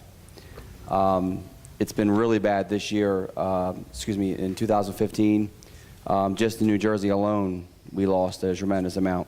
We lost one of our own Guard members from our own base who transferred up to McGuire. So it's also through the military. So if you're looking for advice also on other programs, is contact, and Amy was perfect when she talked about how the 177th is very community-oriented.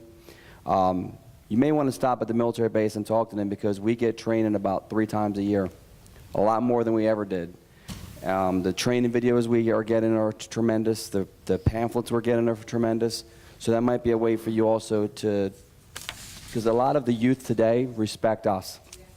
And I know when I go into schools and talk, I can command the attention of the room like no other. I wish I could get my kids to do that. But I mean, I get the attention of no other. So you may want to reach out to us in the 177th to maybe go with you.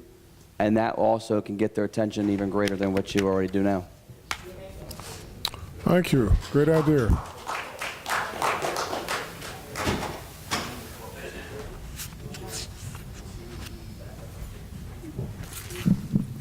Hi, my name is Kim Melton, Township resident taxpayer. Also on the Township of Hamilton School Board Vice President. Just for FYI, the Hamilton Township School Board will be having our budget workshop on Saturday the 12th. So if anybody in the community wants to hear about our budget, you can surely come out and on that day and listen. Where's that going to be, at Shaner? At Davies. Davies. Yes. At what time? I'm not sure what time right now. I think Okay. it's 10, but it is 10? Okay. It's 10. I'd just like to say thank you, Mike, for putting out the budget information. I know it was hard doing the budget. We're working on ours right now. As far as what Ms. Nadia had just got finished talking about, suicide, Nadia, I would like to be a member on that board if you need any members or anybody to sit as a resident from this township, because for the Hamilton Township School Board, I and other board members are looking for ways to prevent suicide. They have crisis set to handle stuff when it happens after the fact, but I'm at a loss of what to do to prevent it or what other things we should do. So I'll be there on the 14th at 7 p.m. yeah, they just presented a crisis thing to us about about last month, and that was the question, like, okay, what are you going to do to prevent these children, or what are we going to do? And nobody really doesn't have. So anything I can do, if I can sit on that board, I would love to. As a community member, please give me the information. Amy, as the 177, I just want to put something out there. My husband retired from the 177, 30 years, Senior Master Sergeant Dwight Melton. So if you need anything at the 177, give him a holler, and he see what kind of stuff he could do over there for you. I think you need to fill out a honor and remember form for your husband so we can honor his service. Absolutely. Dude, we did it already, didn't we? We did it. Oh, yeah, he already retired, girl. He's just over. Oh, okay. Yeah. So anyway, also, I wanted to say about what's going on over in MISPA. I know the mayor talked to me, and I'm okay with talking to you guys. I just want y'all to know if y'all don't call me, I'm going to call you. But I just really want to say that I don't want to have to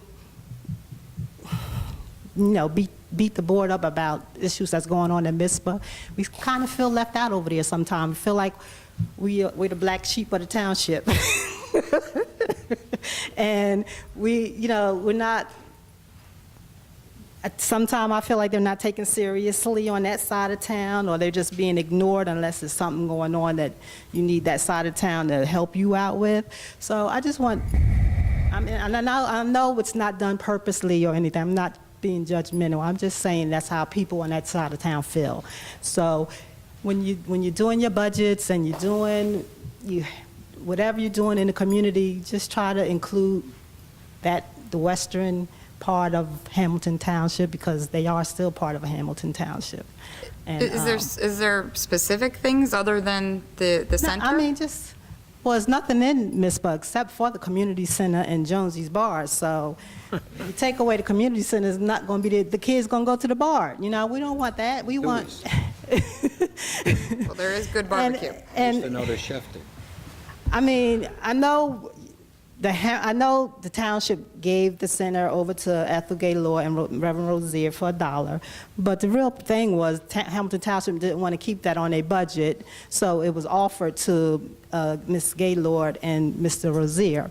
And so when they did take it over, they were getting funding from the state, but our great Governor Christie, as soon as he got in office, took away all the funding. Like, he got in April, and in May it was gone, just like that, just like that. So once he took away all the funding, it was hard getting back going, and then Ethel and Rozier left, and so I got stuck there with this thing.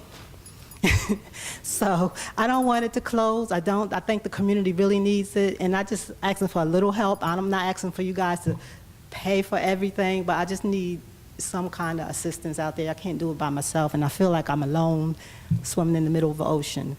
And so I would appreciate it if I got some help for that. I've been doing so much volunteering in this community for years. I've been on the zoning board for 8 years, Veterans Advisory Board for 10 years. I'm on the Hamilton Township School Board right now. I've been on there for 7 years. And it's been longer than y'all that. are wearing me out. I mean, really, this township is wearing me out. No, I just really. It's been longer than 7, Kim. You and I were on the board together. Yeah, 9. Yeah, it was a long time. 9, and they're trying to make me go 3 more. Sorry, I didn't mean to add the years to it. So thank you. I just wanted to say that I'll be calling you if you don't call me, and I appreciate you, Roger. So Reach out to you this week. Thank That's you. what I said. We're going to have that sit down, okay? Okay. Thank Thanks, you. Kim. Anyone else in the public? Dwight? Hi. If you don't know me, I'm her husband. That's how I go by in Hamilton Name Township. for the record. Now, my name is Dwight Melton. I'm the president of the MISPA Inland Human Services. I just want to let you know what we do out there a little bit, just in case the community doesn't know what we do. We've held the TLC, the learning program, because it's so hard for people out on the west end to get to like tutoring and things like that. They may not have vehicles or anything like that. So we offer the TLC program there at the center. We have some teachers who volunteer to come in and actually teach these kids. And I'm quite sure that their grades have went down since that's been closed. Secondly, what we do, we just got finished with the Doric Lodge. We fed the whole community Thanksgiving and Christmas. And we gave over 30 tablets out and a whole bunch of toys out to the community. Now, I don't understand why, more people don't even use that facility or even come to that facility, because they do a lot for the community, especially, it's not just a MISPA community, it's a Hamilton Township community. Because I've seen people come from Vineland, from Atlantic City, from all over to use our facilities or to be involved in our facilities, and people in Hamilton Township don't want to come there. Well, I know. Even I had a community.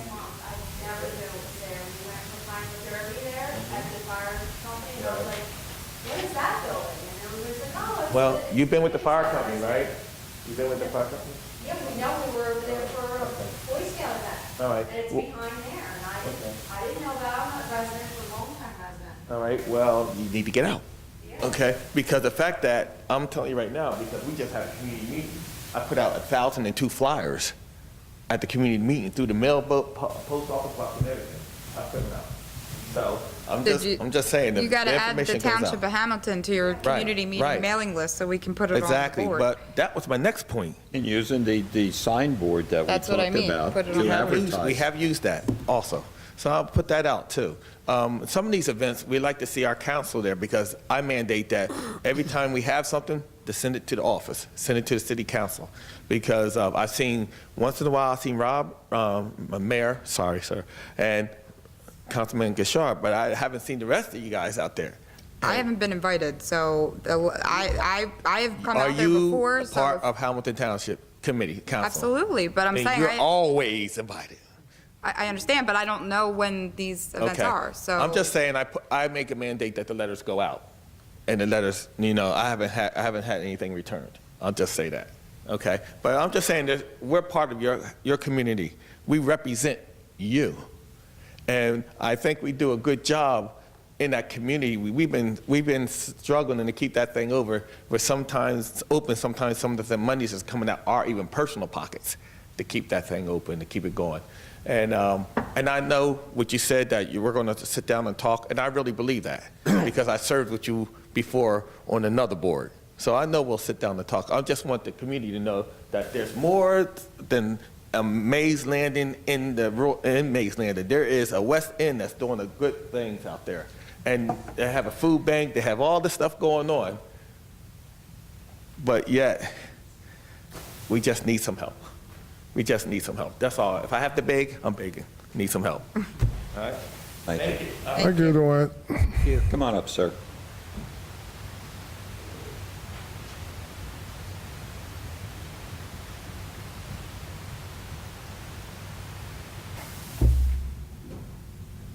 My name is Dewey Johnson. I have a restaurant.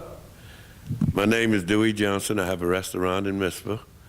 The first outdoor restaurant, I believe, in Hamilton Township. They said they didn't know what to call it when I opened it. But I will say this. I love this township. I went to school in Mays Landing. Mayor Davies was my teacher. And since then, I feel that we've been slighted. This is not, Mays Landing is not the township. Mizpah is part of the township. We want you, as people of this community, to recognize us, just like Dwight and Kim said, on the West End. We're out there, we're part of this community, and I know for a fact that a lot of the benefits that Mays Landing has gotten came through Mizpah because we are the poorest community in probably the whole township. We want you to recognize us. Do that and love us like we love you. Thank you. Thank you. Thank you. And also, just mention that the governor has been to Mr. Dewey's barbecue place, so it's he's got some good stuff. I recommend people stop by if they get a chance. They don't want him there now. well, if They don't want you him there. haven't been there, you're doing yourself a disservice. So That's quite right. Yeah, I remember when McGreevy was there. And I just want to say, you haven't been forgotten. This has been discussed. It's been discussed several times, but we haven't had the answer. Now, maybe we can get together and come up with an answer, but you have not been forgotten. It's been brought up many times. We will help you come up with an answer. All right, very good. As long as you bring the food.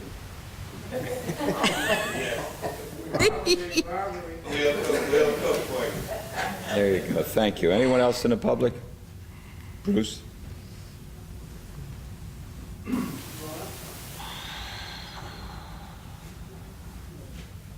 Thank you, Mayor. Bruce Stry. One thing I'm reminded of, the Mizpah Inland Human Services was named after Mr. Lundy. And I think anybody that has been around the town and to these meetings years ago, Mr. Lundy was in the audience every single week. And so he didn't let Township Committee forget. So I would just suggest that be here every meeting and just remind committee, because if somebody's going to remind them of something, you might as well be here too. So keep it up. It's an I just have a excellent couple point. of questions. There was on, I guess it was 4B, award reforestation plan. You didn't really explain that, and it was $258,000. Who's paying for that, and what was it for, and why the project? I don't think you explained it. We received a grant from the state. It was part of the widening program for, I think, the Parkway. Okay. They took down a lot of trees, so they were required to put out grants to reforest, and we received. Okay, so the that grant. didn't cost us any, that was a grant? Not the town, it was a grant. Okay, thank you. The other thing is, I notice on the agendas, on the late items, I guess this would be the consent agenda 7A, business registration licenses. Typically, they used to be listed on the agenda. Now they are always a late item. Typically, late items are reserved for an emergency or something that comes in, I guess, Monday, that has to be approved tonight or that night. So why, I know they used to be on the regular agenda. Why does that? To save room on the agenda, Pardon me? to save paper. I guess When it's listed, it's posted. We don't always get the final approvals till the last minute, but But if it's last minute and it's not I an mean, emergency, can it wait to the following meeting? hey, it's I up guess to the committee. If they want them listed on the agenda, Rita will be glad to do There's it. only two, and there's, anyway, not a big thing. Rodney wants to say. And the other thing about that is, I mean, if you take it a step further, to receive a business registration license, it has to have, comply with all township codes. Absolutely. Okay, so it just opens a kind of a can of worms, and for anyone who's looking to see that if code enforcement is followed, and the Open Public Meetings Act requires that items to the extent known. That's my only comment on that. They used to be on there. That's the thing that, Yeah, I don't know where the save paper thing is coming from. I don't Yeah, understand. and I don't know what I'm missing. They're still on there. Occasionally, there's something that we put on the late list, but these items are typically on the regular agenda. Part of the thing we're trying to do also is to be receptive and responsive to businesses. So if we can save 2 weeks on somebody's application where it's possible, that's what we try to do. But there's no attempt to bypass anything and putting those on the. My question is, they always used to be listed on the agenda. And they still are. They are always on the late list. Not a big deal. It was a point of curiosity. I get, the other question could be why the change? I have no idea where this is coming from. So Not yeah. always. There's some that already have them in, and of course, we talked a while ago, is trying to be as friendly as possible to get people's businesses open. Oh, absolutely. Because they make a sizable investment in getting to that point, and to delay them for 2 weeks could make a little bit of a difference. Just trying to be open about it. There's no attempt to bypass anything or Okay. any regulations or anything. The other, there were some issues with, not issues, but maintenance bond, and this might be a question for the engineer, with existing projects. And the one that comes to mind, I meant to go to the planning board the other night because the festival was on the agenda for some additional, I think, parking or modifications to their site. And that's been put off till the next meeting. Oh, it was? Yes. Okay, you know what, then I will address that at the next meeting, at the planning board, because that's really where it was. I missed the Thursday meeting. That's okay. It's going to be done at the next planning board Okay, good, meeting. then I'll address that issue there. Okay. That's it, thank you. Thank you very much. Anybody else?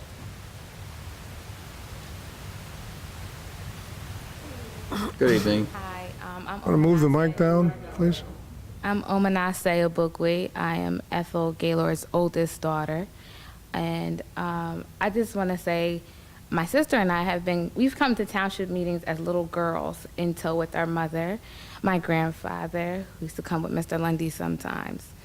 And I could say, honestly, growing up, I've heard terms as, I think we've been put off a lot over the years. And growing from a child to an adult, I've seen that happen here at the township on various issues. I remember us waiting for Christmas lights.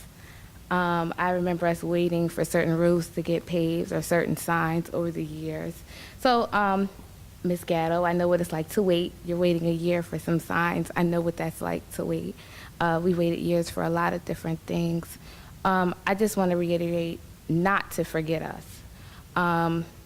We have a personal connection with the center.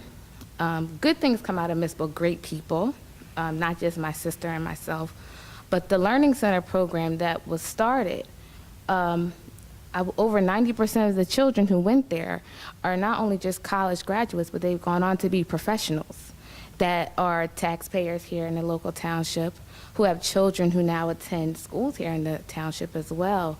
And I personally, I know I work a lot, but I personally feel for Kim because I remember watching my mother cry because that was her baby. And I remember watching her take our own house budget money to help continue the center, watching her work for years without any pay.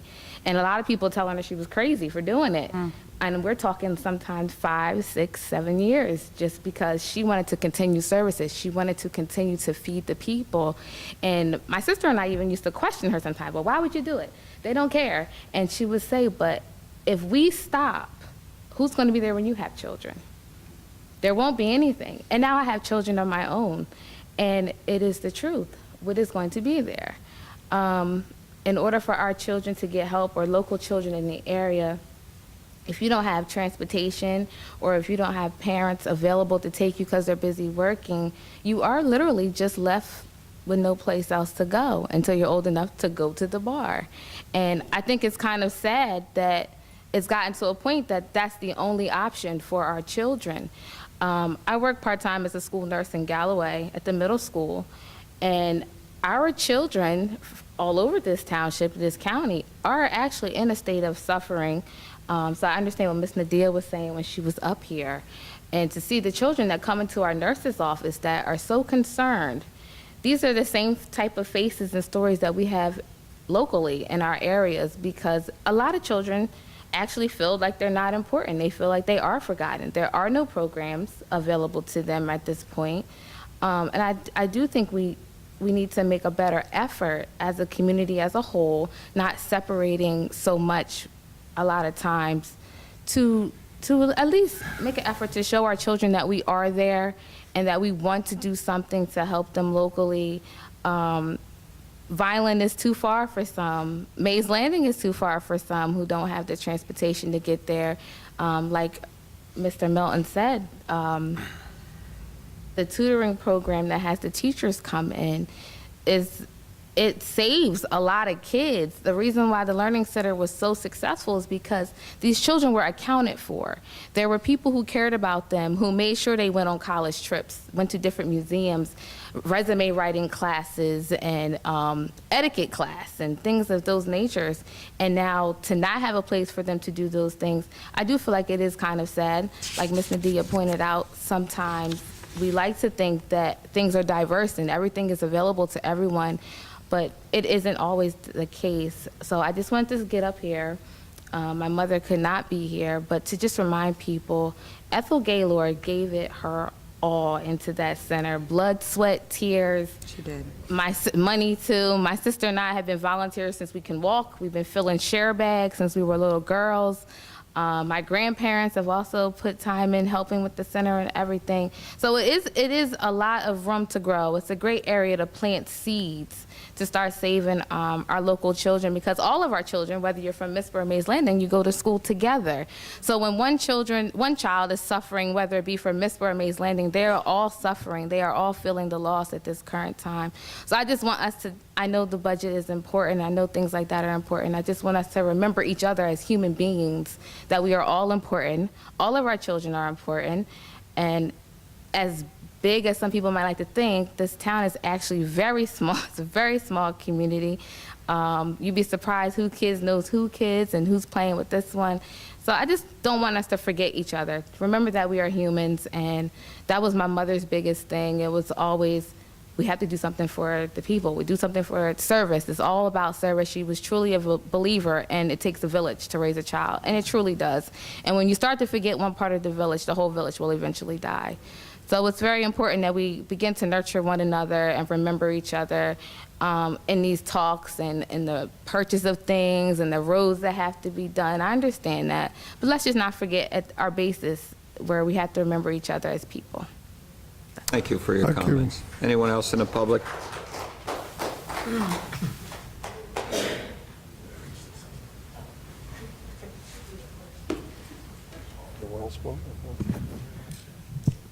How everybody doing?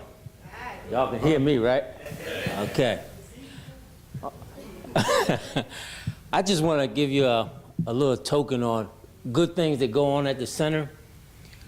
For the last couple years. Could you state your name, please, sir? Oh, most certainly. Tyrone Russell of MISPA. Also, Ty J's Contracting. Okay. Keep that in mind when you got that pipe work going out. Think about it. Got a bid on it. Okay, for the last few years, we was giving out bikes.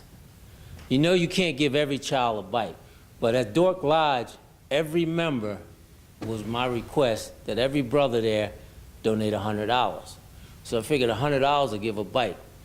Well, you know, it was a bitter pill to swallow when you see a little 5-year-old stand up and don't get a bike, because we did it on raffle tickets. So that kind of touched me. So I changed that, and for the last couple years, we've been giving out tablets.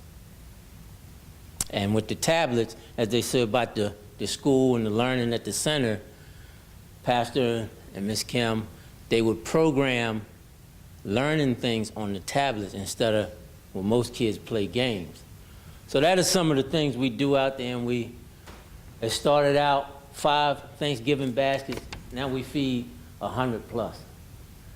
It started out 10, 15 kids, we're 100 plus. And each year it grows more and more. So that's one of the things where I said Elijah got too small for what we do out there. So it's no secret, and when we do put out the information, I guess it don't come to Mays Landing at the courthouse out here. It will be here from here on out. That's all I gotta say. Thank you. Good. Yeah. Anyone else? Move to close the public portion. Second? Motion is second. All those in favor? Aye. Aye. Motion carries. I want to thank everybody for their comments tonight and the message that each and every one of you carried here. I think we all struggle at times because I'm a firm believer in psychological well-being. I think it's just as important as physical well-being. And many of us grew up in different times when some people don't think we went through this. I had even members of my family that ended their life. And I went to school with those that did it too. So I don't think it's a generational problem, because even if one does it, that's epidemic to me, okay?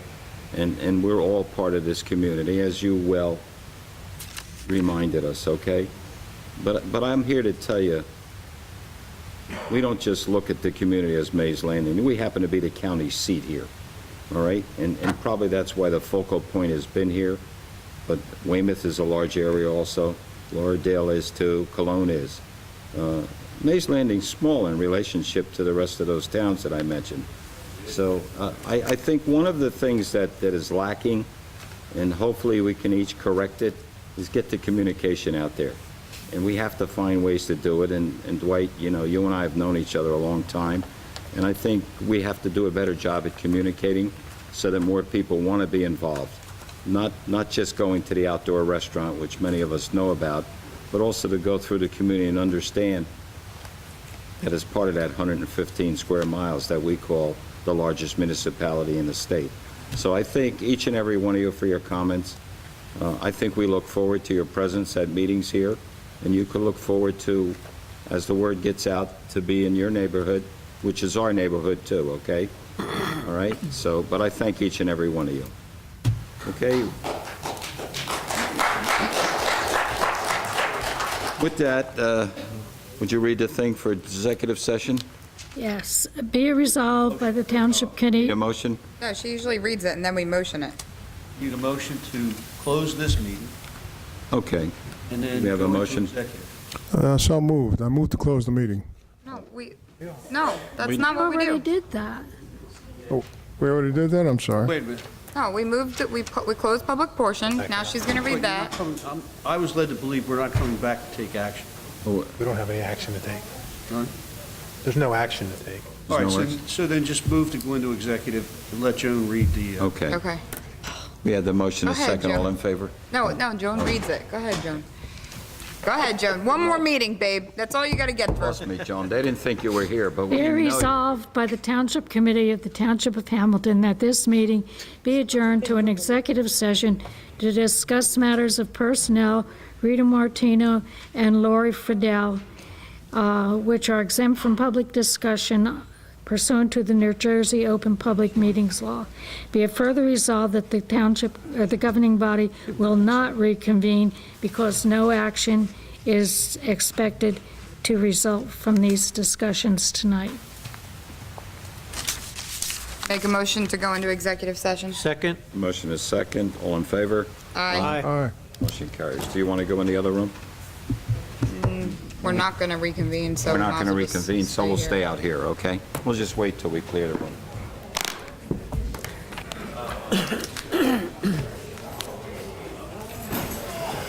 Hey, Stace.